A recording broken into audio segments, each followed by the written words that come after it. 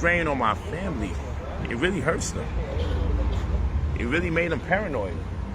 And then when you see little tricky things going on with your business where you know you're being sabotaged, and you know it's the government involved, but everybody will have you believe that you're paranoid, it really hurts them. But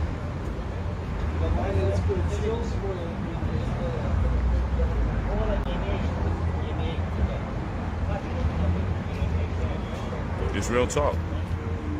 It's real talk. So I go through a lot.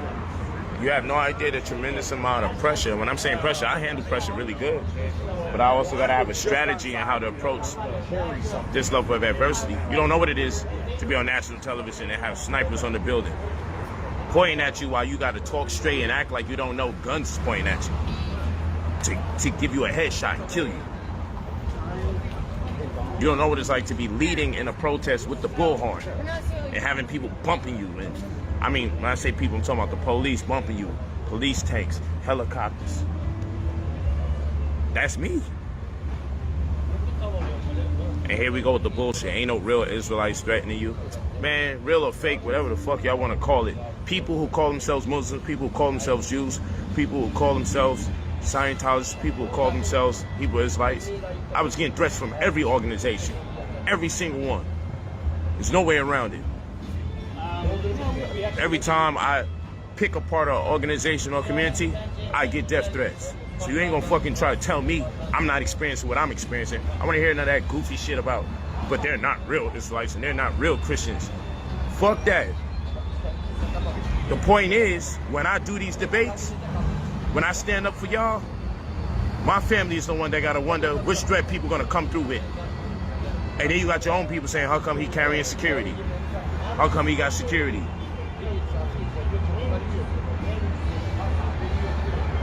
Real talk, hello? Yeah, I was telling you I'm on a live. All right, I'm on Facebook. All right, peace. Oh, okay, we about to get on. All right. Sorry about that, y'all. But yeah. So, you have no idea. So what I did, I got my bread up. And not only did I get my bread up, for those that are truly walking with me in this experience, I made sure I help you guys get your bread up. And I'm still available to you guys to get your money. But you know me, I put people through different schools of thought. I put you through the stocks, the real estate, crypto,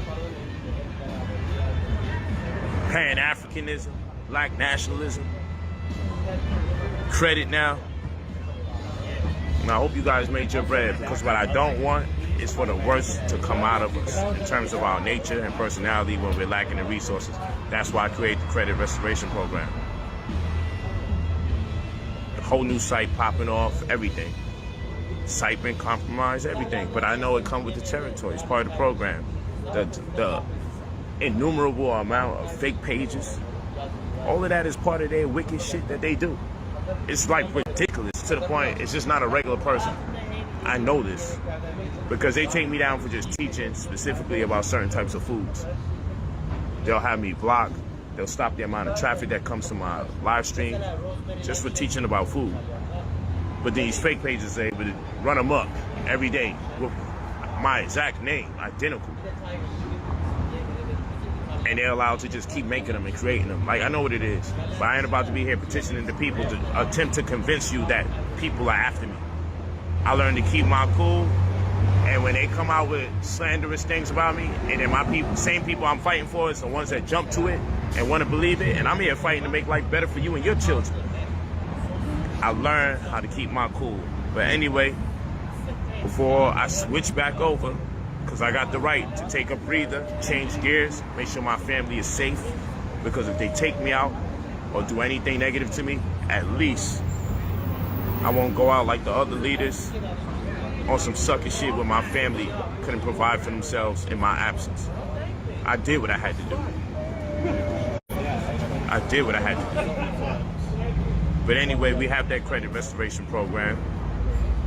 Spend $2,000, get access to anywhere between 50 grand to 300 grand. Because you guys should have exit strategies too. because the world is getting more difficult. And ancestors forbid something bad happens to you. How will your children, how will your brothers, your sisters, your mother, your aunt, your nieces be able to survive without you? We have a obligation to be successful because we're more conscious than most of the people in our family and most of the people in our circles. We have a responsibility to leave them something because we're the ones that's on point. So each one of us are the Messiah for our family. Don't let that go over your head. Each one of us are the Messiahs for our family. Okay?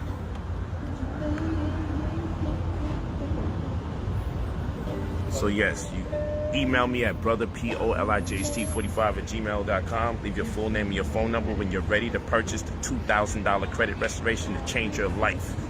It's life-changing. You're going to get over $500,000 in credit card equity. You're going to get anywhere between $50,000 to $300,000 that you do not have to pay back. Absolutely do not have to pay it back. You're going to get a caseworker that's going to deal with your credit exclusively and immediately to audit your credit. And then we're going to create compendiums, memorandums, affidavits on your behalf and petitions to make sure you can get the monies that you're due, that you don't have to pay back, as well as boost your credit scores. And by credit scores, we're not talking about just TransUnion, Experian, Equifax, and FICO. We're talking about over 30 different credit bureaus and financial institutions that have a say and impact on your lives directly when it comes to getting money, especially money that you don't have to pay back. You see you dripping. It's clear from that video, Brother Polight is taking credit for this person's student loan being discharged. So is this real or a scam? Well, this is a scam by way of deception. The individual in the video, student loan being discharged, wasn't a result of anything Brother Polight did or any credit restoration service that is provided by Polight. And I'm going to prove that to you. If I go to Google and do a search on Corinthian College Inc., we see a result titled, Education Department Approves 5.8 Billion Group Discharge. And if I click on the link, it goes to the U.S. Department of Education's website. We see an article dated June 1st, 2022. The title of the article is, Education Department Approves 5.8 Billion Group Discharge to cancel all remaining loans for 560,000 borrowers who attended Corinthian. So let's read a portion of the article. Today, the U.S. Department of Education announced it will discharge all remaining federal student loans borrowed to attend any campus owned or operated by Corinthian Colleges, Inc. Corinthian, from its founding in 1995 through its closure in April 2015. This will result in 560,000 borrowers, $8 billion in full loan discharges. This includes borrowers who have not yet applied for borrower defense discharge, who will have their Corinthian loans discharged without any additional action on their part. As of today, every student deceived, defrauded, and driven into debt by Corinthian colleges can rest assured that the Biden-Harris administration has their back and will discharge their federal student loans, said U.S. Secretary of Education Miguel Cardona. For far too long, Corinthian engaged in the wholesale financial exploitation of students, misleading them into taking on more and more debt to pay for promises they could never keep.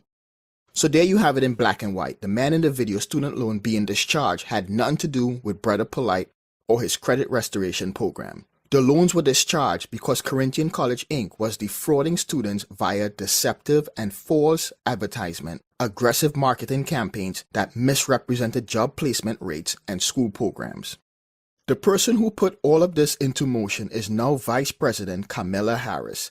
In October of 2013, then Attorney General.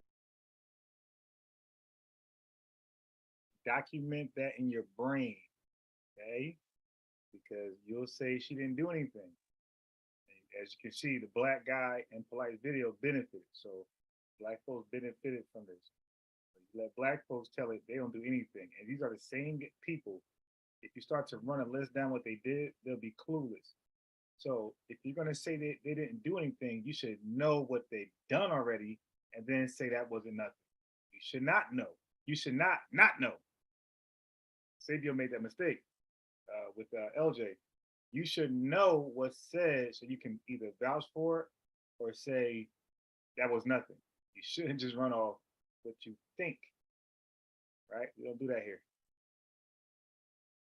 General Camilla D. Harris led the charge against CCI, Corinthian College Inc., and its subsidiaries that I guarantee you that spot institution targeted black folks the most. I guarantee you that sounds like a scam that people target black folks. operate Everest, Heald, and Wyotek colleges, filing suits seeking to put an end to abusive practices that left tens of thousands of students under a mountain of debt and useless degrees.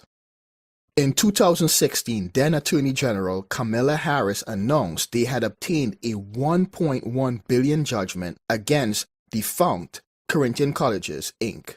for their predatory and unlawful practices. And it's funny because Brother Polight got videos about predatory lending, but he represents it all wrong.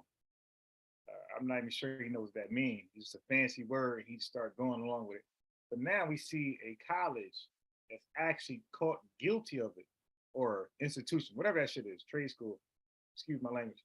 But Brother Polight, that should have been his example of predatory lending. But he cannot use them because if you use them, then you'll know about the scam, which is not just the Corinth institution scam, but the scam that Polight's trying to tell you people are getting refunds from the Board of Education on behalf of his services. And this has nothing to do with Polight. Again, he's taking credit for something he did not do. This is similar to condominium. He's taking credit for something, a project he was not involved with. This is eerily similar. It's embarrassing.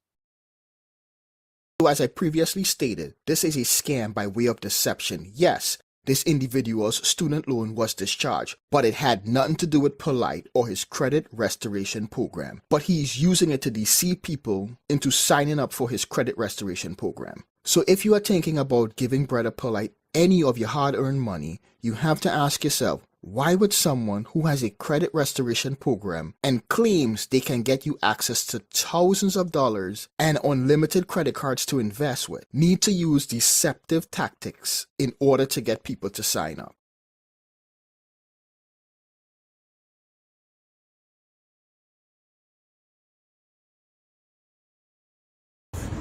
It's life changing. You want to get over $500,000 in credit card equity. Survive about you. We have a obligation to be successful because we're more conscious than most of the people in our family and most of the people in our circles. We have a responsibility to leave them something because we're the ones that's on point. So each one of us are the Messiah for our family. Don't let that go over your head. Each one of us are the Messiahs for our family. Okay?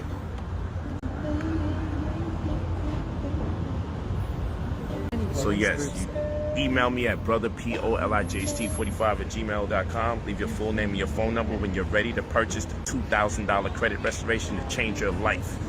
It's life changing. You want to get over $500,000 in credit card equity. You're going to get anywhere between $50,000 to $300,000 that you do not have to pay back. Absolutely do not have to pay it back. You're going to get a caseworker that's going to deal with your credit exclusively and immediately to audit your credit.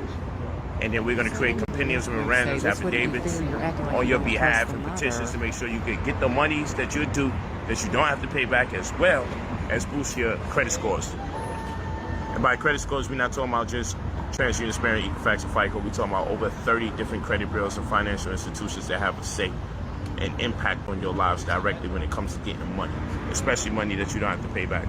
And you also get me as your mentor, most importantly, where I coach you and prep you for the money's coming in so you get a wide range of ideas, how you may want to invest the money so you can grow it into a larger amount.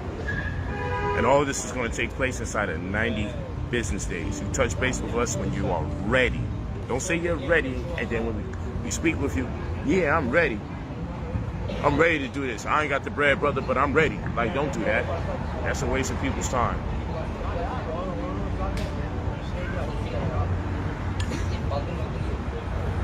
Email brotherpolijht45@gmail.com. It's actually pinned to the top.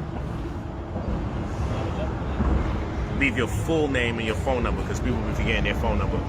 Leave your full name and your phone number. leave your phone number. Leave your full name and your phone number whenever you're ready Actually, I got to change your life and be able to be of assistance to your friends and your family, because it's dreadful.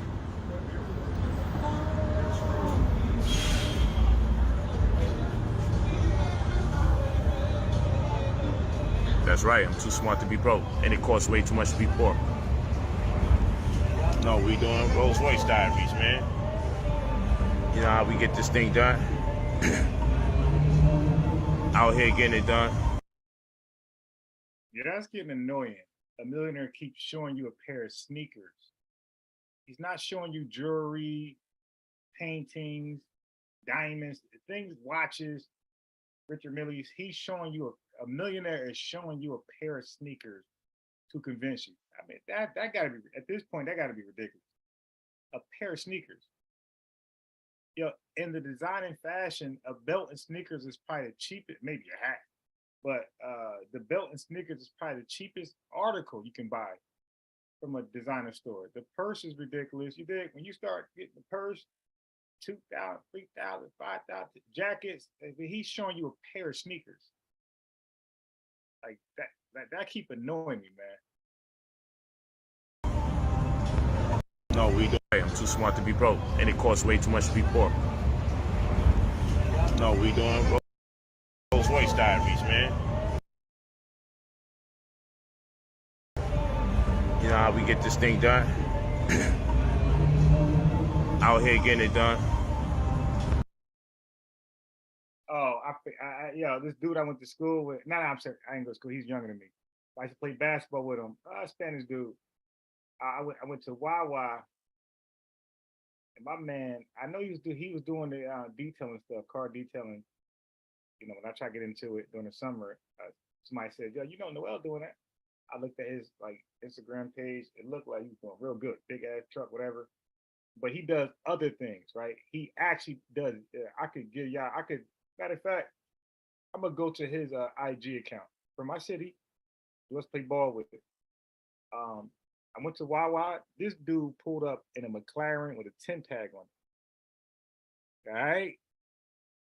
And when I said what's up to him, he ain't had nothing fancy or no sneakers. He just sweatpants, regular stuff. But he definitely had a McLaren with it's a 10 tag. It did. But again, you could tell by if I just showed you his detailing business setup alone, you would know dude getting bread, like hella bread, not just regular bread, hella bread. The truck he's using, they got like a U-Haul, a converted U-Haul. It is. But he does a whole bunch. He don't just do one thing. He got a bunch of shit he does. And like I said, I didn't know how I knew that business was kicking off, right? I knew he's into other things, but I didn't know to what degree until my man pulled up that McLaren about somewhere in December. You did. I was like, damn. Yep. That's how it's done. It's seen in its early stages. Like you seen Noel early stages business, this business, that business, this business, that. He got his hand in all of them, starting all of them. And he made them pop off. Pull up in a McLaren. He ain't lying. And he ain't trying to get your ass to solicit services. You either want your car detailed and other things he got, or you don't. He don't need you. I mean, it's a plus. I mean, at this point, think about this. When your business is doing so well that you're making a lot of money, the watcher can agree with this. From that point, any extra income is for the people you hired. So at this point, if you solicit business, somebody extra, you're just helping another family, another person take care of their family at that point. Because the owner, he's good. He's Gucci. At that point, you're just helping another person support their family when you patronize that business. But he don't need you, nobody. He didn't give me a business card, a flyer, use your car detail. He didn't do that. Hey, what's up, man? Kept real light. What's going on, everything? How you been? Still balling? Yep. Yeah, I've been busy myself. Hey, I see you. All right, man. Have a good one. He didn't give me you want your car detail? Come on, man. Like we know this is like barbers don't walk around. Hey, you want your haircut? Even if your hair is jacked up, He looking like, yo, I got my barbershop over here. I promote on social media. I understand everybody's not going to come.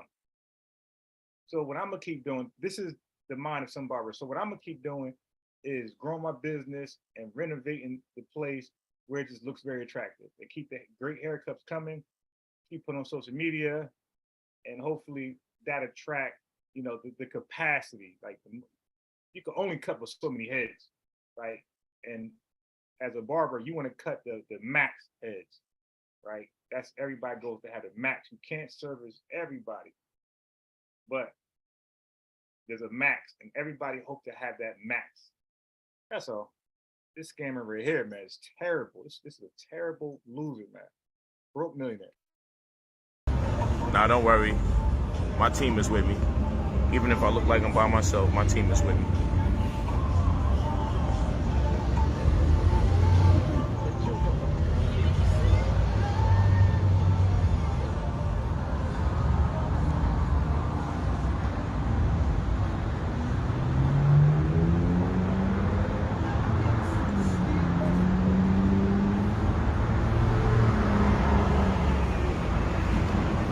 You guys are blessed, but you have no idea. So when people see me move a certain way and approach this existence differently, they would like to believe, oh, the money got him, the women, the fame. Not at all. I can't be that brilliant and get that stupid. I know what I'm doing. And you people ask, yo, when's Polight gonna come back and really teach the way he was teaching before? Now I'm a businessman, so I have to switch my approach to a degree. Well, that's always in me. But then when I do teach, oh, he's only doing it because he needs money. You can't name one teacher who came up through teaching that doesn't make their money off of teaching and could just stop and still make money. I'm the only one. I'm the only one that fell back from the way that you guys learned me or found me and still made a significant sum of money. I never needed the money from teaching. I just knew how to make money from teaching, but I never needed the money for it. I could have milked the cow, keep doing debates and doing all that. But I have a life mission. Wait, milk the cow doing debates and do what with it? Do what with it? I mean, do what with it? Do what with that? With that debate money? Like, stop it, bro. You couldn't have milked the cow because you already milked the cow. You owe something at a hell of bread, bro. You couldn't have done that. And I have to make sure I take care of my family. And because I understand how dangerous it is to teach, I understand the threat and the danger. I know the threat that I am because I'm very good at what I do. Extremely good at what I do. I understand the threat that I am. So it's incumbent that I make the right decisions for my family and for my loved ones. And because I understand how dangerous it is to teach, I understand. So where people think I'm losing my mind, no, I'm just doing what I gotta do. I get paid to host events. All right, so in business, Black Man says some businesses go to door. Brother, I come from the real estate business, and you don't go door to door, so to speak, but you look at the property, especially if you're in home improvement, and you look at the home and you determine if they need a patio or patio be fixed, the dig, all type of stuff. You determine like that, or if you're in landscaping, right? If you see the houses got their yard together, you're not gonna knock on that door. So, brother, I don't know what business goes door to door. Can you name one that just indiscriminately just go house to house? I don't think that's feasible. I think businesses can go to doors, but they're going to make sure that person is a likely candidate to patronize their services, so to speak. But my brother, yes, I went door to door. I didn't knock because I think that's caveman, but I put my business card on their car, so I didn't necessarily go on their property like the watcher said. Get off my yard. But I put my car. I got postcards and I put them on their car. But I did do apartments. So apartments a little trickier. So apartments, I was putting it like somewhere on their door, because you gotta be careful you put it. So I put it somewhere on their door. So I literally went door for door, door to door. But for me, it was not talking to people. It was just I knew that this area was had an interest in what I did, right? So again, like your max. That's why you see it's called max out. You see my name is max out. So your max. You got to max out. So I understand that if I put my business card on 300 doors, I only need about 20 people. That's it. 20. I can't do more than 20 from what I already had at that time. Right now, I could probably do, like my max would probably be maybe 50. So if I did that right now, door to door, which I think does not work because when I did that, the only calls I got was stay off my property. All right. I never like, if I got any calls from doing that, any business, I probably could count on one hand. I'm talking about years of doing that. And I could call my boy up because he went out there with me. So, I could freestyle, wing it, call him. They're like, yo, how many cars we did? How long was we out there? Was it raining? Yeah, bad weather and everything. And he didn't know because I didn't want him to feel like it was in vain, but not one phone call. Not one phone call. So I realized that's not the way. So in business, so what people do now is they send, they will do it mail, right? I think it's called a mail blast, where you pay for something to post over somewhere, and a certain area, and they will, put your flyer in like the mail with the coupons and stuff. Yeah, so the door to door thing is kind of outdated. I think you're talking about Jehovah's Witness, Mormons, and this Islam, my boy. Pay 10, 15, 20 grand just to show up to a club. People telling me, yo, there's no black people there. I don't give a fuck. The club invited me to show up because of my personality. Brother, tree care is not going into a gentrified area. And I'm not talking about the people who are moved in. They're not going to the houses that's moving out to ask them about tree care because they know that our communities are a lot to, we are renters, my boy. We're renters. So, but you already admitted that you don't live in a black area. You live in a white area. So this is why you're seeing this stuff. But in the black area, you're not seeing people knocking your door asking about a goddamn tree, my boy. So some of us still live in black areas. And nobody's knocking on your door asking you about the tree. Because they know most black people rent. All right? But keep cutting yourself. Because of my following. When do I go to your place of work and tell you it's not enough black people there, so don't take the check? I'm not making babies with these people. I'm showing up because I'm popular and they fuck with me. Like, what's wrong with people? Like, this is what I'm talking about. And these are the people that we risking our lives for. The same people you risking your lives for. The same people looking to tear you down. Every moment of the way. Okay. I don't.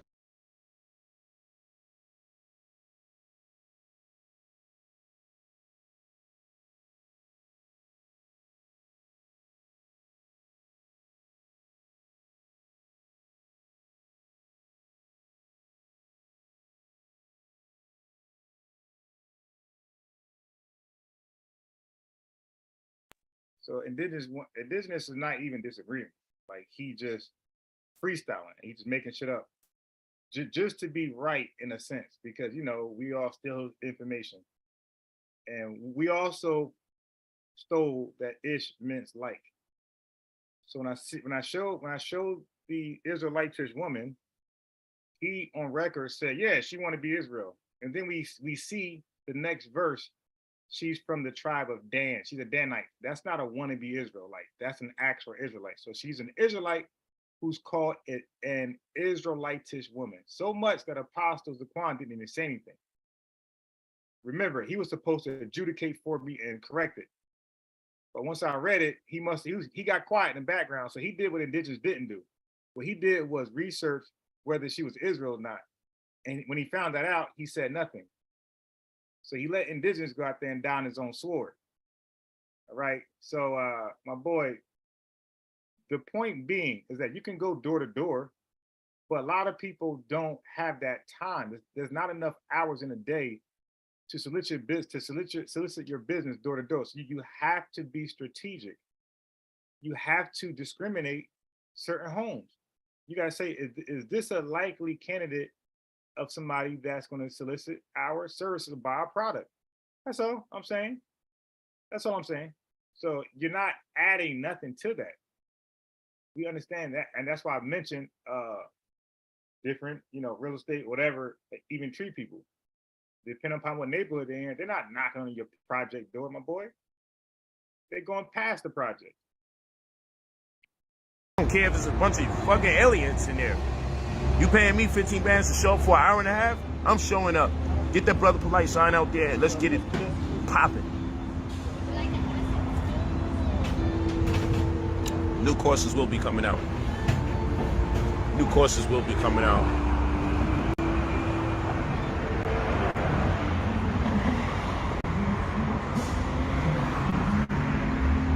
Rolls Royce Diaries, man. Talk to me nice. You know what it is.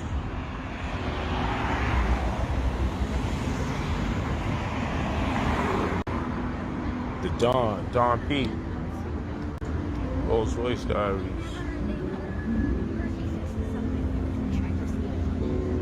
Y'all know what this is?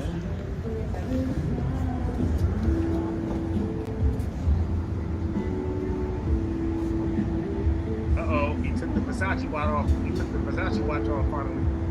That Versace ring on still? He took the Versace ring off too. So he finally took the Versace watch off. Come on, man. And that's a $400,000 car. Just think about it. Any other than go to work. This costs less than that. Hold on, y'all. This costs less than that. The car costs less than the watch. Just keep that in mind. It costs less than the watch. I promise you that. It costs less than the watch.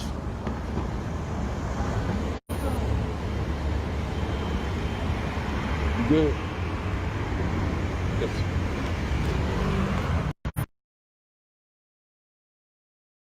This is for indigenous black man. Verse 9. All right, verse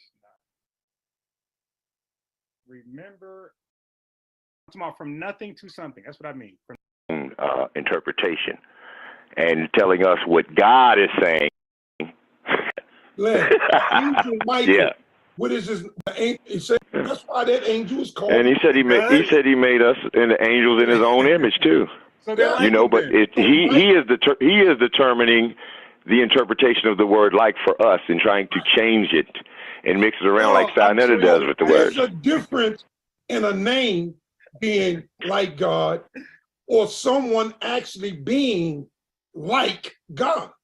Because we know no one is like Hold God. on, Apostle. Hold on, Apostle. Uh-oh, here come preacher, disingenuous black man. Go ahead, teach us, my brother. So let me take over from right here. You sound Hey, like look, church, what did I tell you? What did I tell you? What did I tell you the word ish? Hold up. What did I tell you the word ish means? You lied about that. Huh? You lied about that. What does the word ish mean? Like, Okay. by No, definition. it does not mean like. Nigga, look it up in the dictionary. That's all you got to do, fam. Look. Don't keep on listening to unbiased because he's fucking Let me ask you retarded. a question. You see, he's already trying to change God's words. Let me ask you a question. Right. And then No. I'm gonna mute you. He said ish means like. Okay, Irish people. That's Irish a different people. termination, man. No, the ish. I can do that for any people. Okay. How about the Bible? Okay, wait. How about the Bible when it said an Israelitish woman? Is she like Israel? Israelitish. Yes. Show it to me. Okay, so he says, show it to him. He does not believe me. The Bible scholar Apostle Zaquan does not believe the Bible speaks of an Israelitish woman. Is she like Israel? Israelitish. Yes. Show it to me. You see, y'all. Let me. No, I just asked you to show it to me. I got you. Y'all not ready. I understand. I keep trying to say I understand. An Okay. Israelitish woman. So Right. show it to me. I will properly adjudicate that word and fix it for me. He's gonna probably adjudicate that word for me and fix it for me.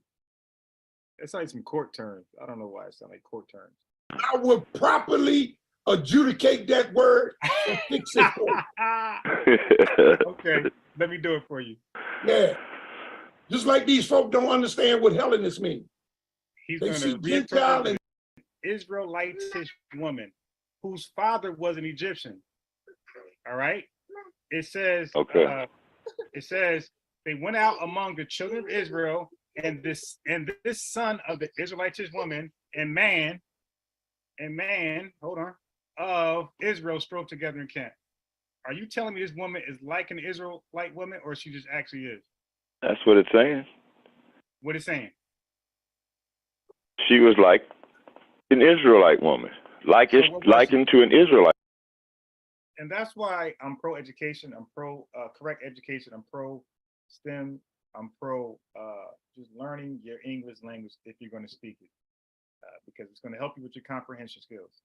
He said that's what it's saying. He said this passages 10 to 12, 3 passages, is telling you that this Israelite woman is acting like a real Israelite woman. Okay, this is why I promote comprehension, the 4 levels of comprehension, which brothers like this keep demonstrating they don't have it. They don't have it. People can get mad in the chat. Somebody's picking on him. No, he's actually picking on me. He's in the chat trolling. So guess what? Since you want this the limelight on you, here you go. So we see first rectangle, Israelitish woman. Second one, Israelitish woman. Third, Israelitish woman. Where's she from? Fourth rectangle, tribe of Dan. Okay, tribe of Dan. So you have 10 original tribes: Reuben, Simeon, Levite, Judah, Naphtali, Gad, Asher, Issachar, Zebulun, and Dan. That's 10. Then lastly, you have Manasseh and Ephraim. So these are all people who make up Israel that are called Israelites. So she's not a wannabe Israelite. She's not a fake one. She's the real one. But according to this guy and his compromised comprehension, clearly, just read the 3 verses, the 3 passages. Okay, but he takes, because he believes, see, that's why I say we need to read and pull from the text rather than read and push into the text. Because he believes ish means like, some made up stuff that he came up with to be smart. Because he believes that, when he read Israelites, he don't even consider the context. In his mind, ish means want to be like, so screw the context. This woman is not an Israelite. She is something like it, close, but not the real thing. So he doesn't want to read verse 12, verse 11. Actually, this is only 2 passages. He don't want to read the second passage, which tells him and the readers what tribe is she from specifically, to further confirm she's an Israelite woman. Look at this fool. She was like an Israelite woman, likened to an Israelite woman. You know, maybe she kept Wait. No. the law. No. Okay, so clearly everybody can read the 4 rectangles. She's an Israelite woman of the tribe of Dan. So, again, pseudo, they die by suicide every time.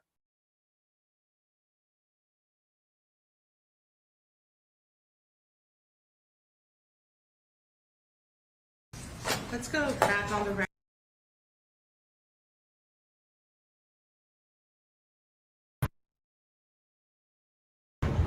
Okay, so you go to brotherpolite45@gmail.com. Leave your full name, your phone number. You're gonna eat it, whatever. What do you think? Nah, he's gonna write me a ticket, so I'm just gonna head out. Leave your full name, your phone number.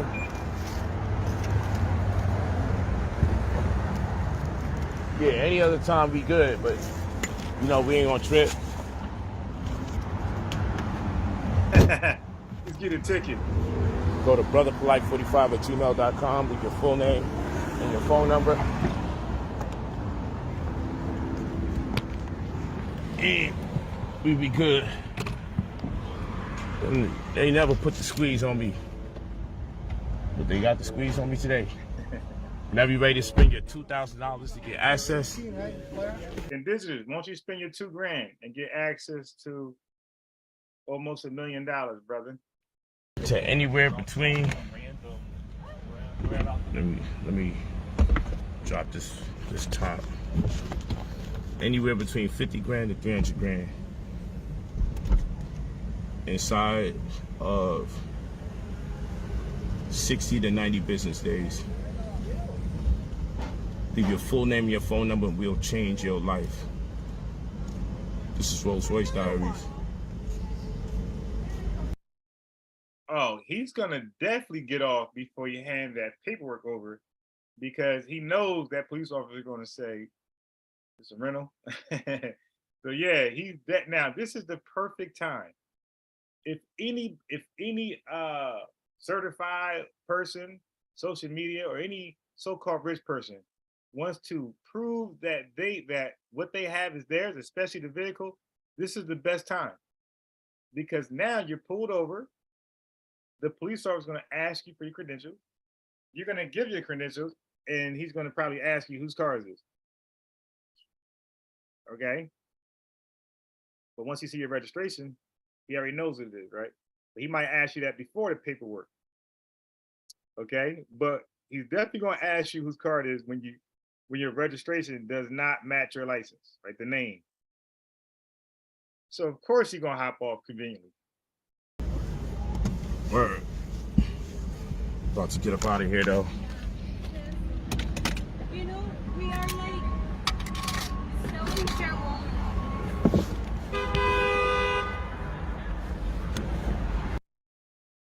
And lastly, you know you're a fool when you can't admit you're wrong.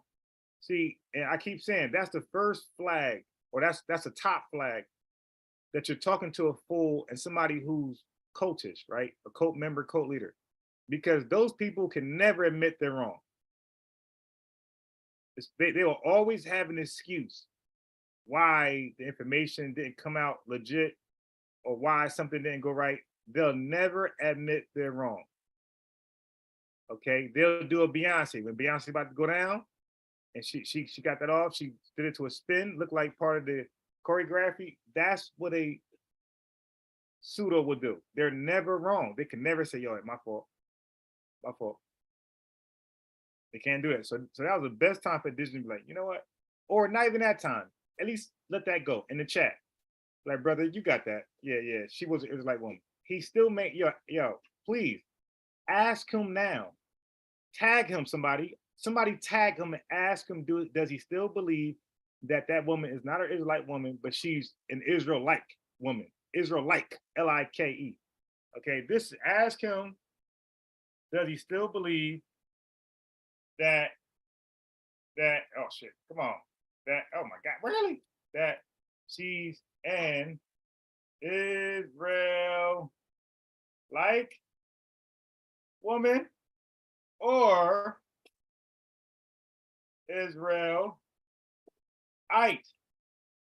Come on, woman. Okay, chat, please ask him, where does he stand today? Is she an Israel-like woman or is she an Israelite woman? Please tag a fool and ask him. Let's play tag a fool.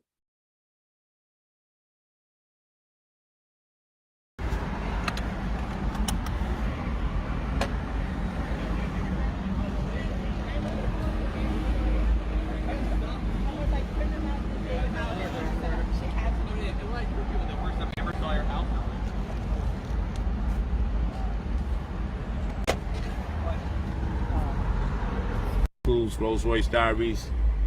To become president. All right, so no more Polight. I want to touch on this right here. Let me play this real fast. So tag the brother, please, somebody, unbiased people, objective people, and ask the brother, because y'all will definitely ask me. Y'all are quick to correct me. So ask the brother, does he stand corrected or not? Or you can Y'all can show y'all bias, that y'all only are interested in trying to prove unbiased sports wrong. Won't debate me, but always want to jab at me, poke at me to prove, yeah, I'm human. Yeah, see, I don't have that. I don't have that problem. Science is self-correcting, right? So who am I? I'm definitely. Oh, yep. I said that wrong. Oh, yeah, I spelled that wrong. Oh, yeah. I didn't mean it like that. Like when no man called and checked me. I'm like, yeah, damn, I was definitely wrong there. No argument for me. You dig? Like you have. That's what makes you human. That's what makes you normal. That's what makes you reproachable. Okay, so asking me, somebody tagged me about something I was wrong on, and tag me and see if I still hold that stance today. Like hell no. You dig? So tag him and ask him, does he believe she's an Israel-like woman or an Israelite woman? But so many women's groups say this wouldn't be fair. You're acting like you don't trust the mother. Why do you think they say that? It's a red herring. It takes away from the focus of, well, who's the one person who has all of the information about potential fathers or the paternity candidates? It is the child's mother. And currently, in most places, she has no duty to disclose that, well, wait a minute. Well, my husband's not really my child's father. My boyfriend is. Like, well, wait, lady. But you're married. You forgot that you were married? No. But thanks to no-fault divorce laws, she can get the house, the property, alimony, and child support, and then move the boyfriend into the house. And people, She tell the truth. the system doesn't make it easy. So speaking of the system, what are you doing or what have you done to help change some of these laws that are so unfair to men?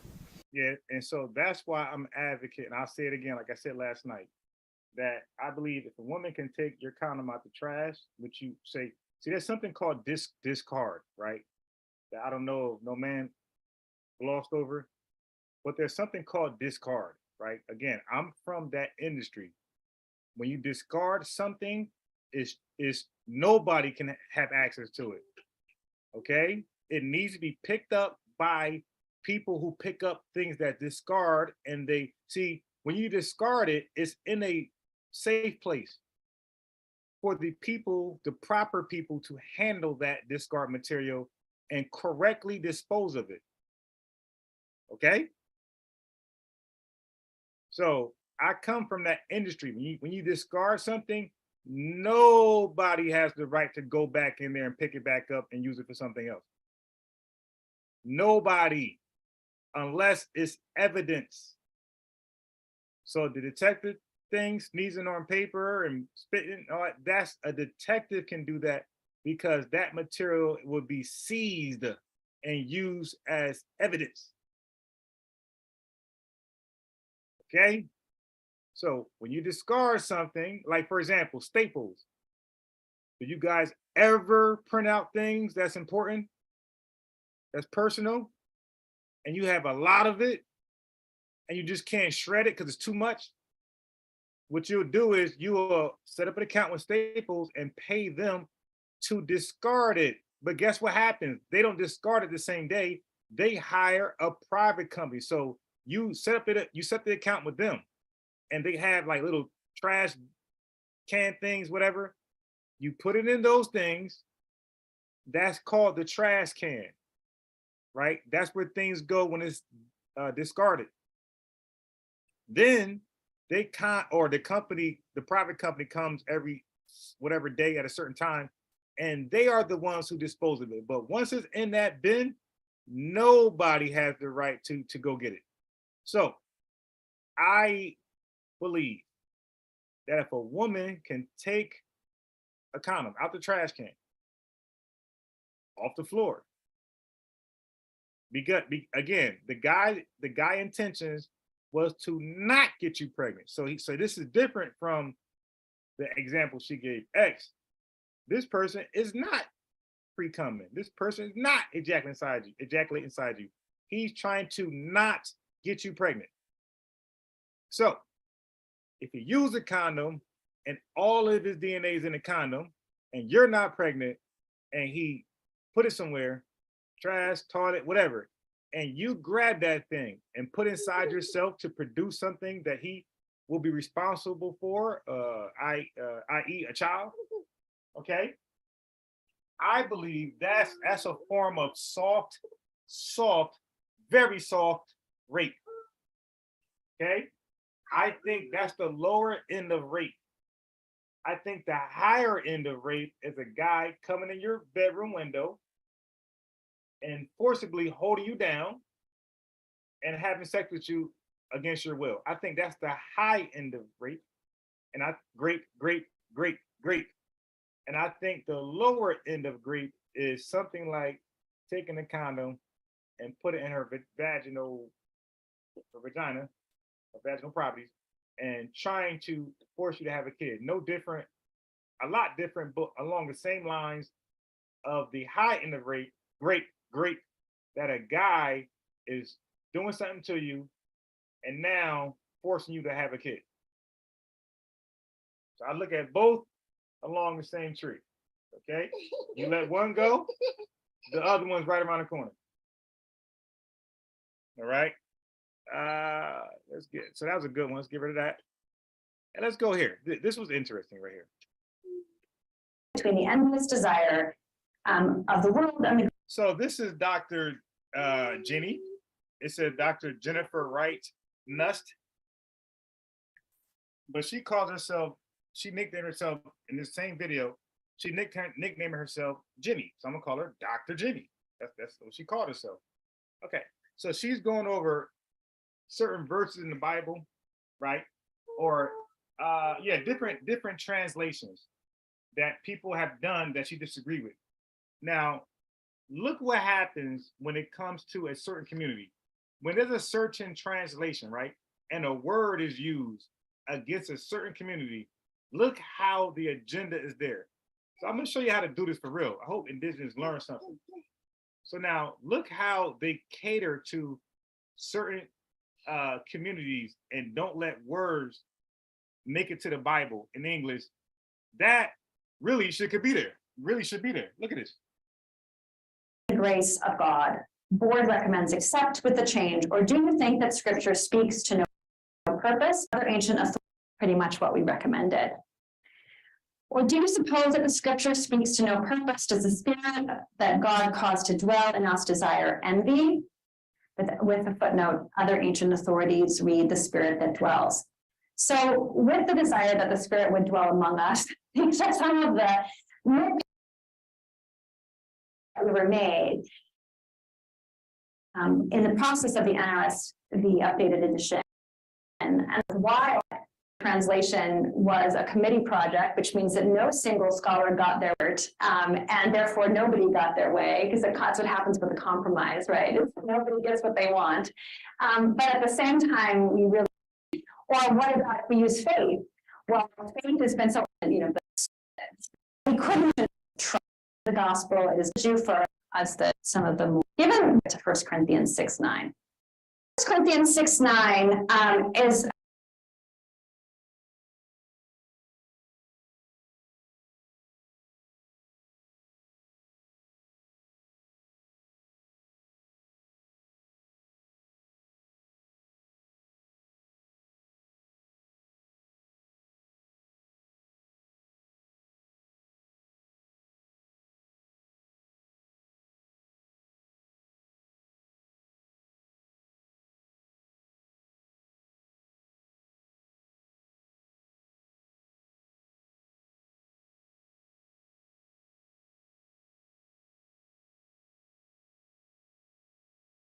a list of vices that have very specific meanings, culturally speaking and historically speaking, in whatever Paul was thinking, and whatever the audience of the Greek-speaking Jesus followers in Corinth were the audience of this particular text, right?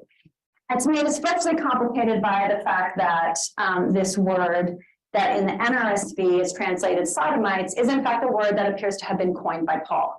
In other words, it doesn't exist in 1 Corinthians. And when you have a new word, it's really difficult to tell what it means, right? So yes, I'm responsible. I actually commented on her video if I can contact her. Does she have an email? Would she like to come on my live? I contacted another woman who was in the same video of Dr. Ehrman when it comes to translating the Bible. So she responded to me in an email. So I'm actually communicating with these translators, right? Something that's responsible. If I'm going to debate verses of the Bible, translation is accurate what it should say, of course, I'm going to go all the way. I'm going to max out and go ahead and talk to the professionals because they really respond, because only nerds really find this of interest. You see their, look, 63 subscribers, 64 views. So nobody really, is into this. So they appreciate those who are. So they will respond. So we as an editorial board and as the book editor were convinced that we really needed to get rid of sodomites. It's just terrible. And it's terrible for a lot of reasons. One is that the word sodomite doesn't even get invented until the Latin Middle Ages, right? It's incredibly anachronistic. And it's introduced in the New Revised Standard Version. So if we think about the history of this translation, it goes King James Version or Authorized Version, Revised Standard Version. None of those translations use this word sodomite until we get to the NRSV. And so I forget. There's a link on the handout to the article that I have to write about this to explain why we did what we did, because we got a lot of pushback. So what we ended up deciding was that this word is just uncertain. We know that it refers to some kind of illicit sex. Yeah, that's clear. It's some kind of illicit sex that men engage in. But what precisely that illicit sex is from Paul's perspective, again, I'm not making any judgments about what is or isn't illicit sex myself, right? I'm just trying to translate here at this particular moment, yeah? That we just don't know what Paul means exactly, other than he's talking about men who are having some kind of illicit sex. Yeah, we know that. So what we decided to do was just use that, men who have illicit sex, footnote, meaning of Greek uncertain, and that's what we recommended. The word that comes before xenocultoi, which is literally a coined word that means something like man beds, is the word malakoi or malaki in the contemporary Greek pronunciation, which is a word that is a slander slur word that may mean something like feminine or luxury loving, which was considered an effeminate behavior on the part of in ancient Greek slander. And so what we recommended is actually luxury lovers for that particular word, malakoi. So you can see in the submitted file what we ended up doing. Okay. Right before the publication, before the NRSV updated edition was, in fact, Hey, Stu Pease, what exactly are you disagreeing with? Just tell me that before I have a discussion, like, so I can know where you're going, or about to go, or will go. What are you disagreeing with? I have no idea, because I'm talking about this now. So I just read your comments, so I said a few things, don't know what you are challenging. Are you challenging this right here? Because I didn't even say anything. Submitted, we had a separate meeting because there was some pushback against the men who have illicit sex, footnote, meaning of Greek uncertain. So you heard she said there was pushback from a translator putting in sodomites. Now, she said that the Greek writers definitely said that this was an illicit sexual act among men, not women. So we know adultery in the Bible happened. We know rape happened. We know fornication happens with men. Okay, we even know men, Noah's son and Noah's wife getting together. So we know this goes on, right? Then we know about Sodom and Gomorrah. So the translator called it doesn't matter if the word wasn't around, lady. he called it sodomites because he saying that this is what happened in Sodom, right? And this is why Lot said, here, take one of my daughters. So, and I forgot incest. Okay, so do you guys know that the 3 daughters that Lot tried to give the sodomites because they wanted Lot instead? They don't. I'm sorry. They wanted the angels instead. They wanted the angels. The men wanted the men angels. So Lot was offended by such a choice. So he said, "Yo, nah, we don't do that here. Nah, what the hell? We don't do that here. Take one of my daughters though." They said, "Nah, we want the men who came from heaven, basically. We want the heaven booty." So, of course, that didn't happen, right? They got destroyed. But do you know that Lot's daughters all of them ended up sleeping with Lot? Incest. So we see this stuff happening, right? So we see incest, we see fornication, we see rape. But what we don't see is sodomy. We don't read that like flat out, like we read everything else. So when this was being translated, I think this Corinthians 6:9, I forgot where she's reading from. But the writers took this to be an unthinkable sexual act. And that's why they put sodomites there, sodomy. Because they're saying the act is sodomy, and the people who wants to do that, we're going to call them sodomites. They are the and it's funny because you would think the word "ite" would mean something close related. He just makes shit up. Won't you show us? Give us some examples, Indigenous. So Ricardo just showed you examples of actual people with the ish behind their name, and it's just saying that they are of the origin of that place. It's funny how everybody can give an example of the word ish tying to a person, and they're not wanting to be like that person or a fake person or close. They are actually that. So Indigenous, why don't you give them an example of a man with the word ish behind it, and he's something else. He's not that. So what you're listening to now is that she's catering because the pushback is from a certain community. They don't want that word sodomite there.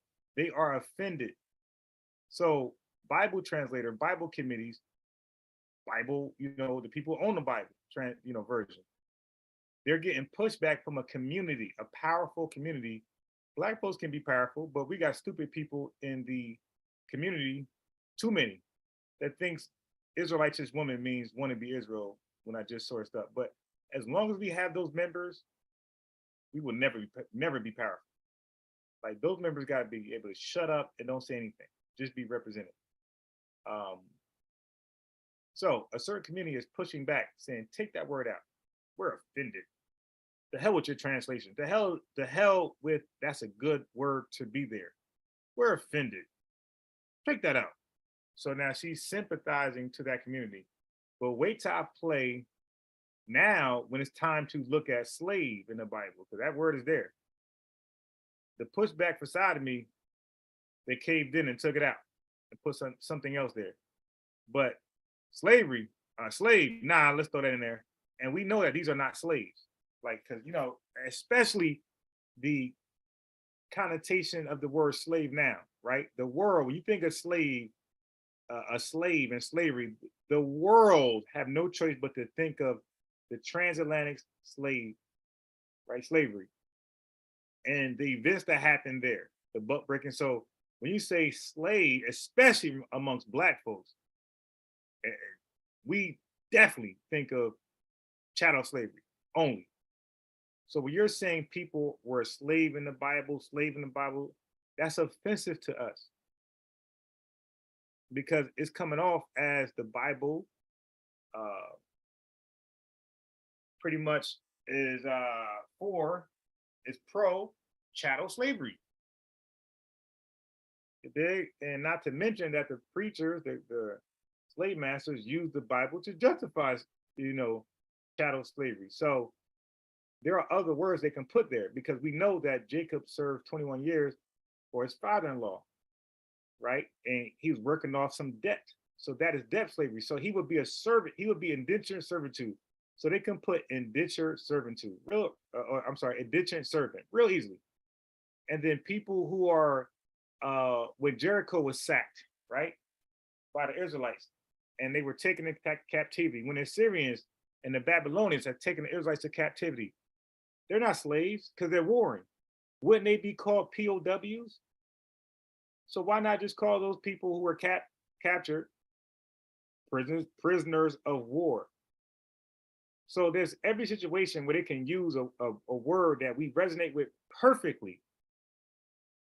There's no confusion, but you'll see that they're not so sympathetic when it comes to the word, and empathetic when it comes to the word slave. Nah, let's keep that word in there, but let's take out sodomite. And so the question is, what would we do?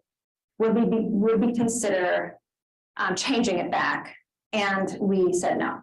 Okay, indigenous, listen. If you want to show that ish means like something, foolish, selfish, those things, and those are your examples. My brother, those are adjectives, right? I don't think you'll get too much pushback. The problem is when you take an adjective and then say it also applies to nouns, because the example you used on the live was Jewish people. So now give us an example of nouns, people with the ish tied to them, and they're not that. And they're not, they're not that. Okay? Brother? So try again. It's not gonna work. So what it now reads is, see, I'm gonna skip all that. Yeah.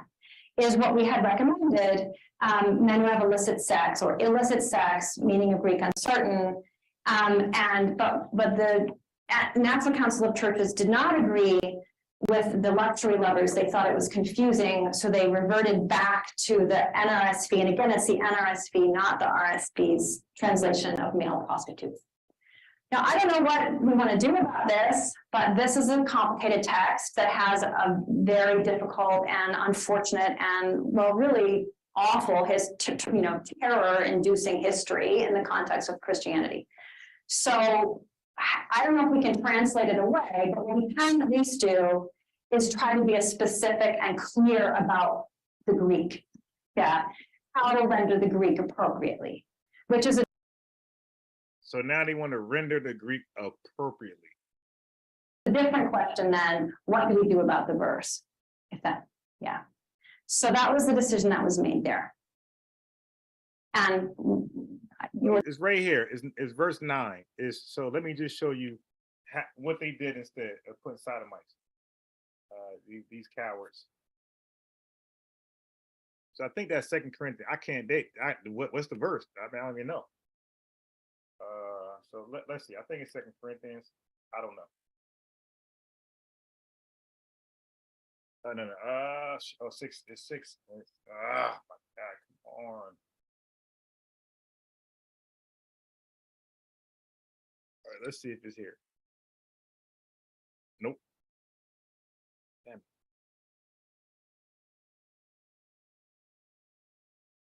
I mean, damn, like where we at? Is that Romans? So let's try first, here we go. So King James, let me just confirm. Yep, do you know that? Okay, so in their version, in the NRSVUE, they got wrongdoers will not inherit the kingdom of God. Over here, they got verse 9, it says the unrighteous will not inherit the king. But as you see that the original wording was sodomites will not inherit the king of God. Be not deceived, neither fornicators, nor idolaters, nor adulterers, nor effeminate. What about that word? Nor abusers of themselves with mankind.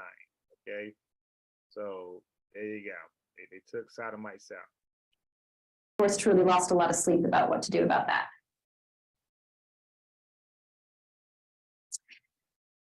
Another example. I'm gonna go to slavery, and we're gonna see how things change. You dig? The pushback isn't as heavy, isn't as strong when it goes to slavery. She's the dean of Asbury Theological Seminary. I went to school with her. Margaret Amer, thank you. Okay. Shown to be a quotation, unlike the quotation in 4:6. The proposed text attends to these matters by envisioning James' community as say means. Does the use refer to one's enslaved or free state? I'd rather leave the two words with minimum translation and footnote. See the work of Barchkey Harrell. So this is Nasrallah making this recommendation. So we have 3 scholars all arguing this. Word says decline, but use, but even if it is possible to become free, rather do so, meaning of Greek uncertain. The reason why the board made that recommendation is because of the whole, we had to make a decision about all of the household codes and all of the slavery recommendations, and that was most consistent with what we did in other situations as well. From slave of Christ to slave belonging to Christ on the logic of the translation of the. Hey, it's still peace. I'm not the guy you want to talk to. You got to finish with X the architect because he's mad you kicked him off. So you'll get the link when X the architect, because that's his argument, and then we could talk about the trash thing with his argument. But yeah. So I don't think y'all finished the argument with him. He asked some specific questions. I mean, y'all gave good counter arguments. There's some things I agree with that you guys asked, which I don't think he did a good job of even understanding. I think he kind of like glossed through. His feelings were too involved, and he couldn't understand what you guys were saying. But I think he did ask some good questions where I don't think you guys correctly answered. Y'all kind of glossed over this. So I don't want to argue his point, just like I want to argue Chef's point with Egypt. I would just have them speak to what they have to say. So the entire argument, I don't think it was ever finished. You know, he was out of control. You put him in the waiting room. I don't think nothing was wrong with that. He was. I mean, at that point, the debate was really over. You know, it went to personal attacks. So, and plus they were talking in circles pretty much. Same questions, same answers. And it was late at 3 a.m. So I don't have a problem with that. But you would need to finish that discussion with X the architect. I think no ma'am is done. Like she said what she said, she's finished. But Stu Pease, you were not done. So I think you should finish that with X. I do think he asked a great question, but I don't think either one of you really answered. Okay, I think no ma'am got tripped up a little bit. So I would like him to be on the live when we talk about the trash. I'm gonna stand by that, you know, and if you prove it wrong, no problem. I'm not indigenous. I will drop it if it makes more sense. Because I like when no man said spit in the ground. That was a good one. I think X felt that. He kind of like sidestepped that one. But I think he asked some questions that I think he too sidestepped. It's a good one. So I'll play it back. But I want you two on the live. And no man could join it, of course. Yeah, so that's how I'm gonna do it. Because if you go over it, he's already mad at me because he got put in the waiting room. So if you're allowed to go over it again and he can't respond, yeah, this is gonna be causing too much problem. So I want him to be present when you guys talk.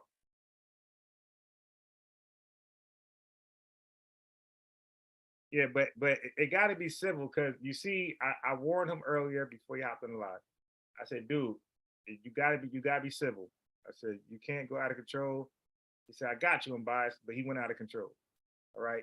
So I'm telling you, hey yo, certain people, like Mayweather said, it looks easy on the outside looking in. But once you're in and somebody and these counter arguments are causing you problems and they're actually answering your questions, X, now what? Are you going to throw your gun or are you going to maintain your composure and just reword it differently or come up with a different question or a different way to frame it? And I don't think he passed that test. I think he got pushed back, which was legit. It ruffled him. We got out of control because you see, this debate thing ain't for everybody. Everybody can't walk through the fire.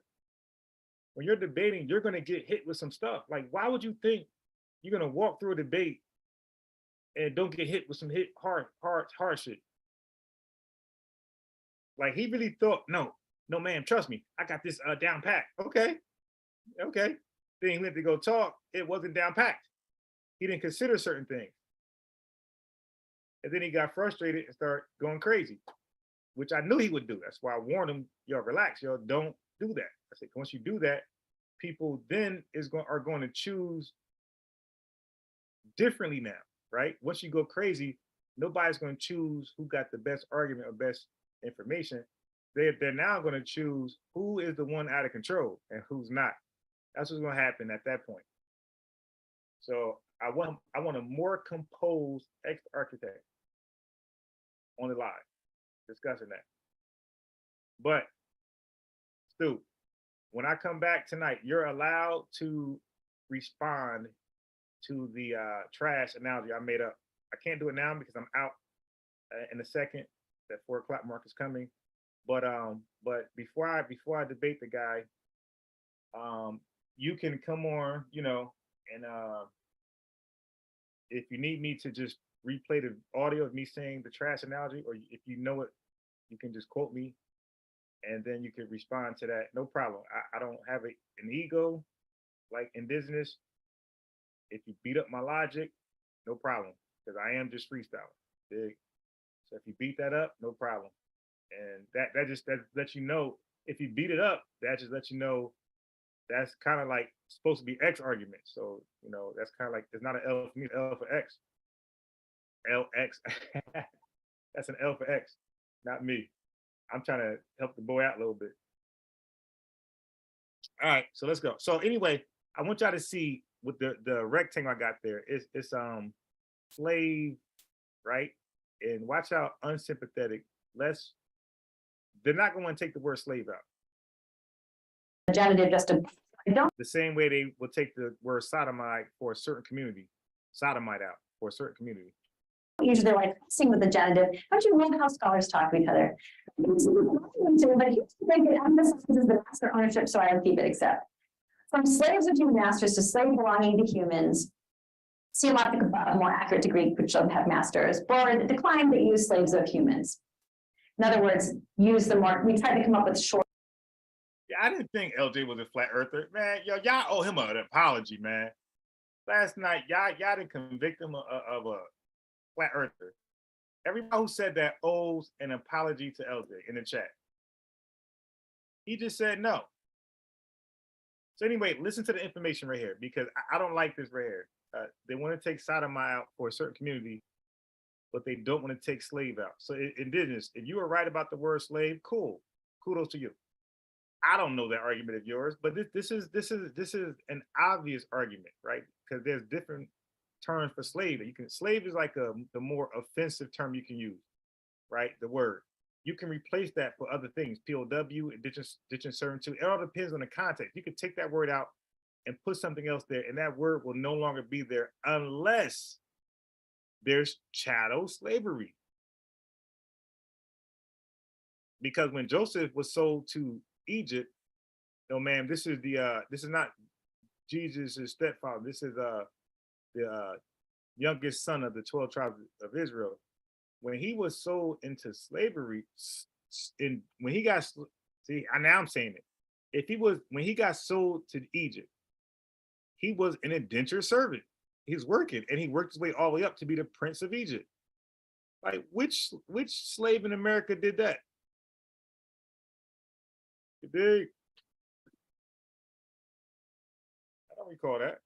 So yeah, so the word slave is unfair to modern Americans by the way we use the word slave. That's very unfair. That's really being hard on African Americans. You're not being soft on us. You're being hard on us, but you're being soft on those people from that community because you don't want the word sodomite there because they're going to feel bad.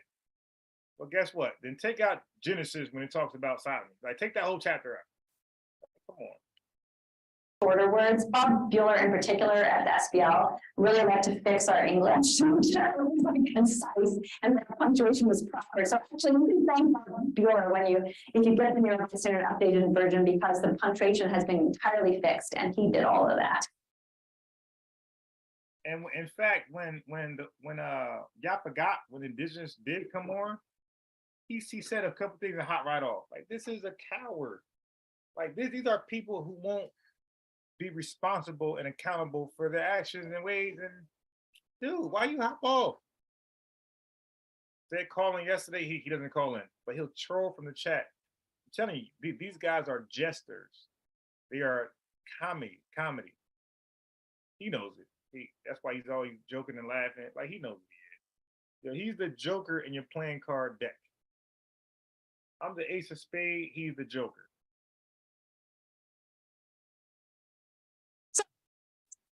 So we actually flipped the footnote. Yeah.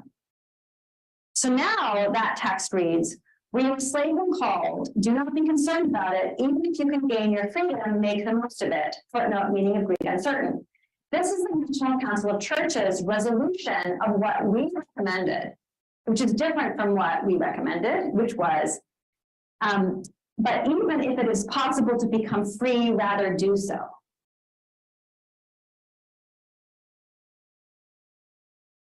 What the National Council of Churches had done until I bought the app for Friendship Press. My opinion about that. So Ephesians 6 also has a similar sort of household code and what do you do about slavery problem. Yeah, I don't have this. I'm sorry, folks who are online, I don't have this on your on the slide. So let's just go back to this so you can get the point. But on the handout, you'll see that one of the places that the slave problem was most difficult to resolve was in the way in which Paul and Timothy and Mary refused to refer to themselves as slaves.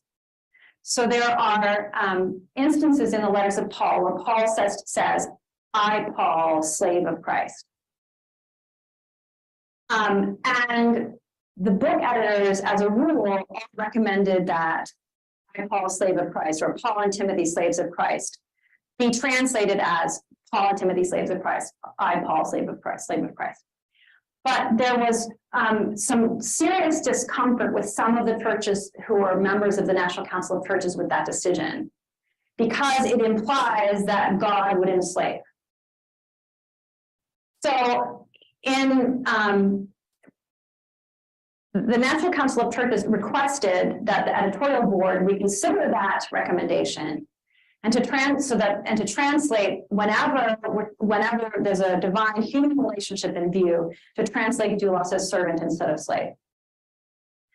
So the editorial board, some members were fine, that's no problem. Other grumpy were ones like, no, I want the word to be slave. And so the compromise was we will have a footnote that says Greek slave, yeah, which sometimes happened and sometimes didn't.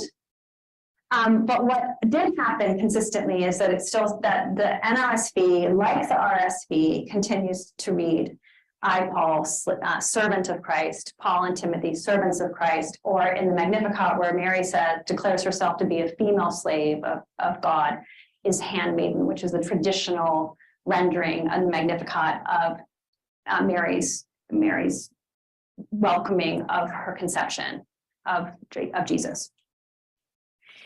So those are some of the issues that we faced. I thought I would end with just a sort of a nice one about the Spirit, because I do think we try to be infused with the Spirit when we were making many of these really difficult decisions. In James 4:5, we have an instance of new textual evidence and scholarship, where the style was improved and rendering parsimoniously when the English was awkward. So the NRSV has, "Or do you suppose that it is nothing for the scripture, that the scripture says God yearns jealously for the Spirit that he has made to dwell in us?" Okay, so this is Margaret, oh my God, what's Margaret's last name? Angel. No, Other Margaret. She's the dean of Asbury Theological Seminary. I went to school with her. Margaret Amer, thank you. Okay, James.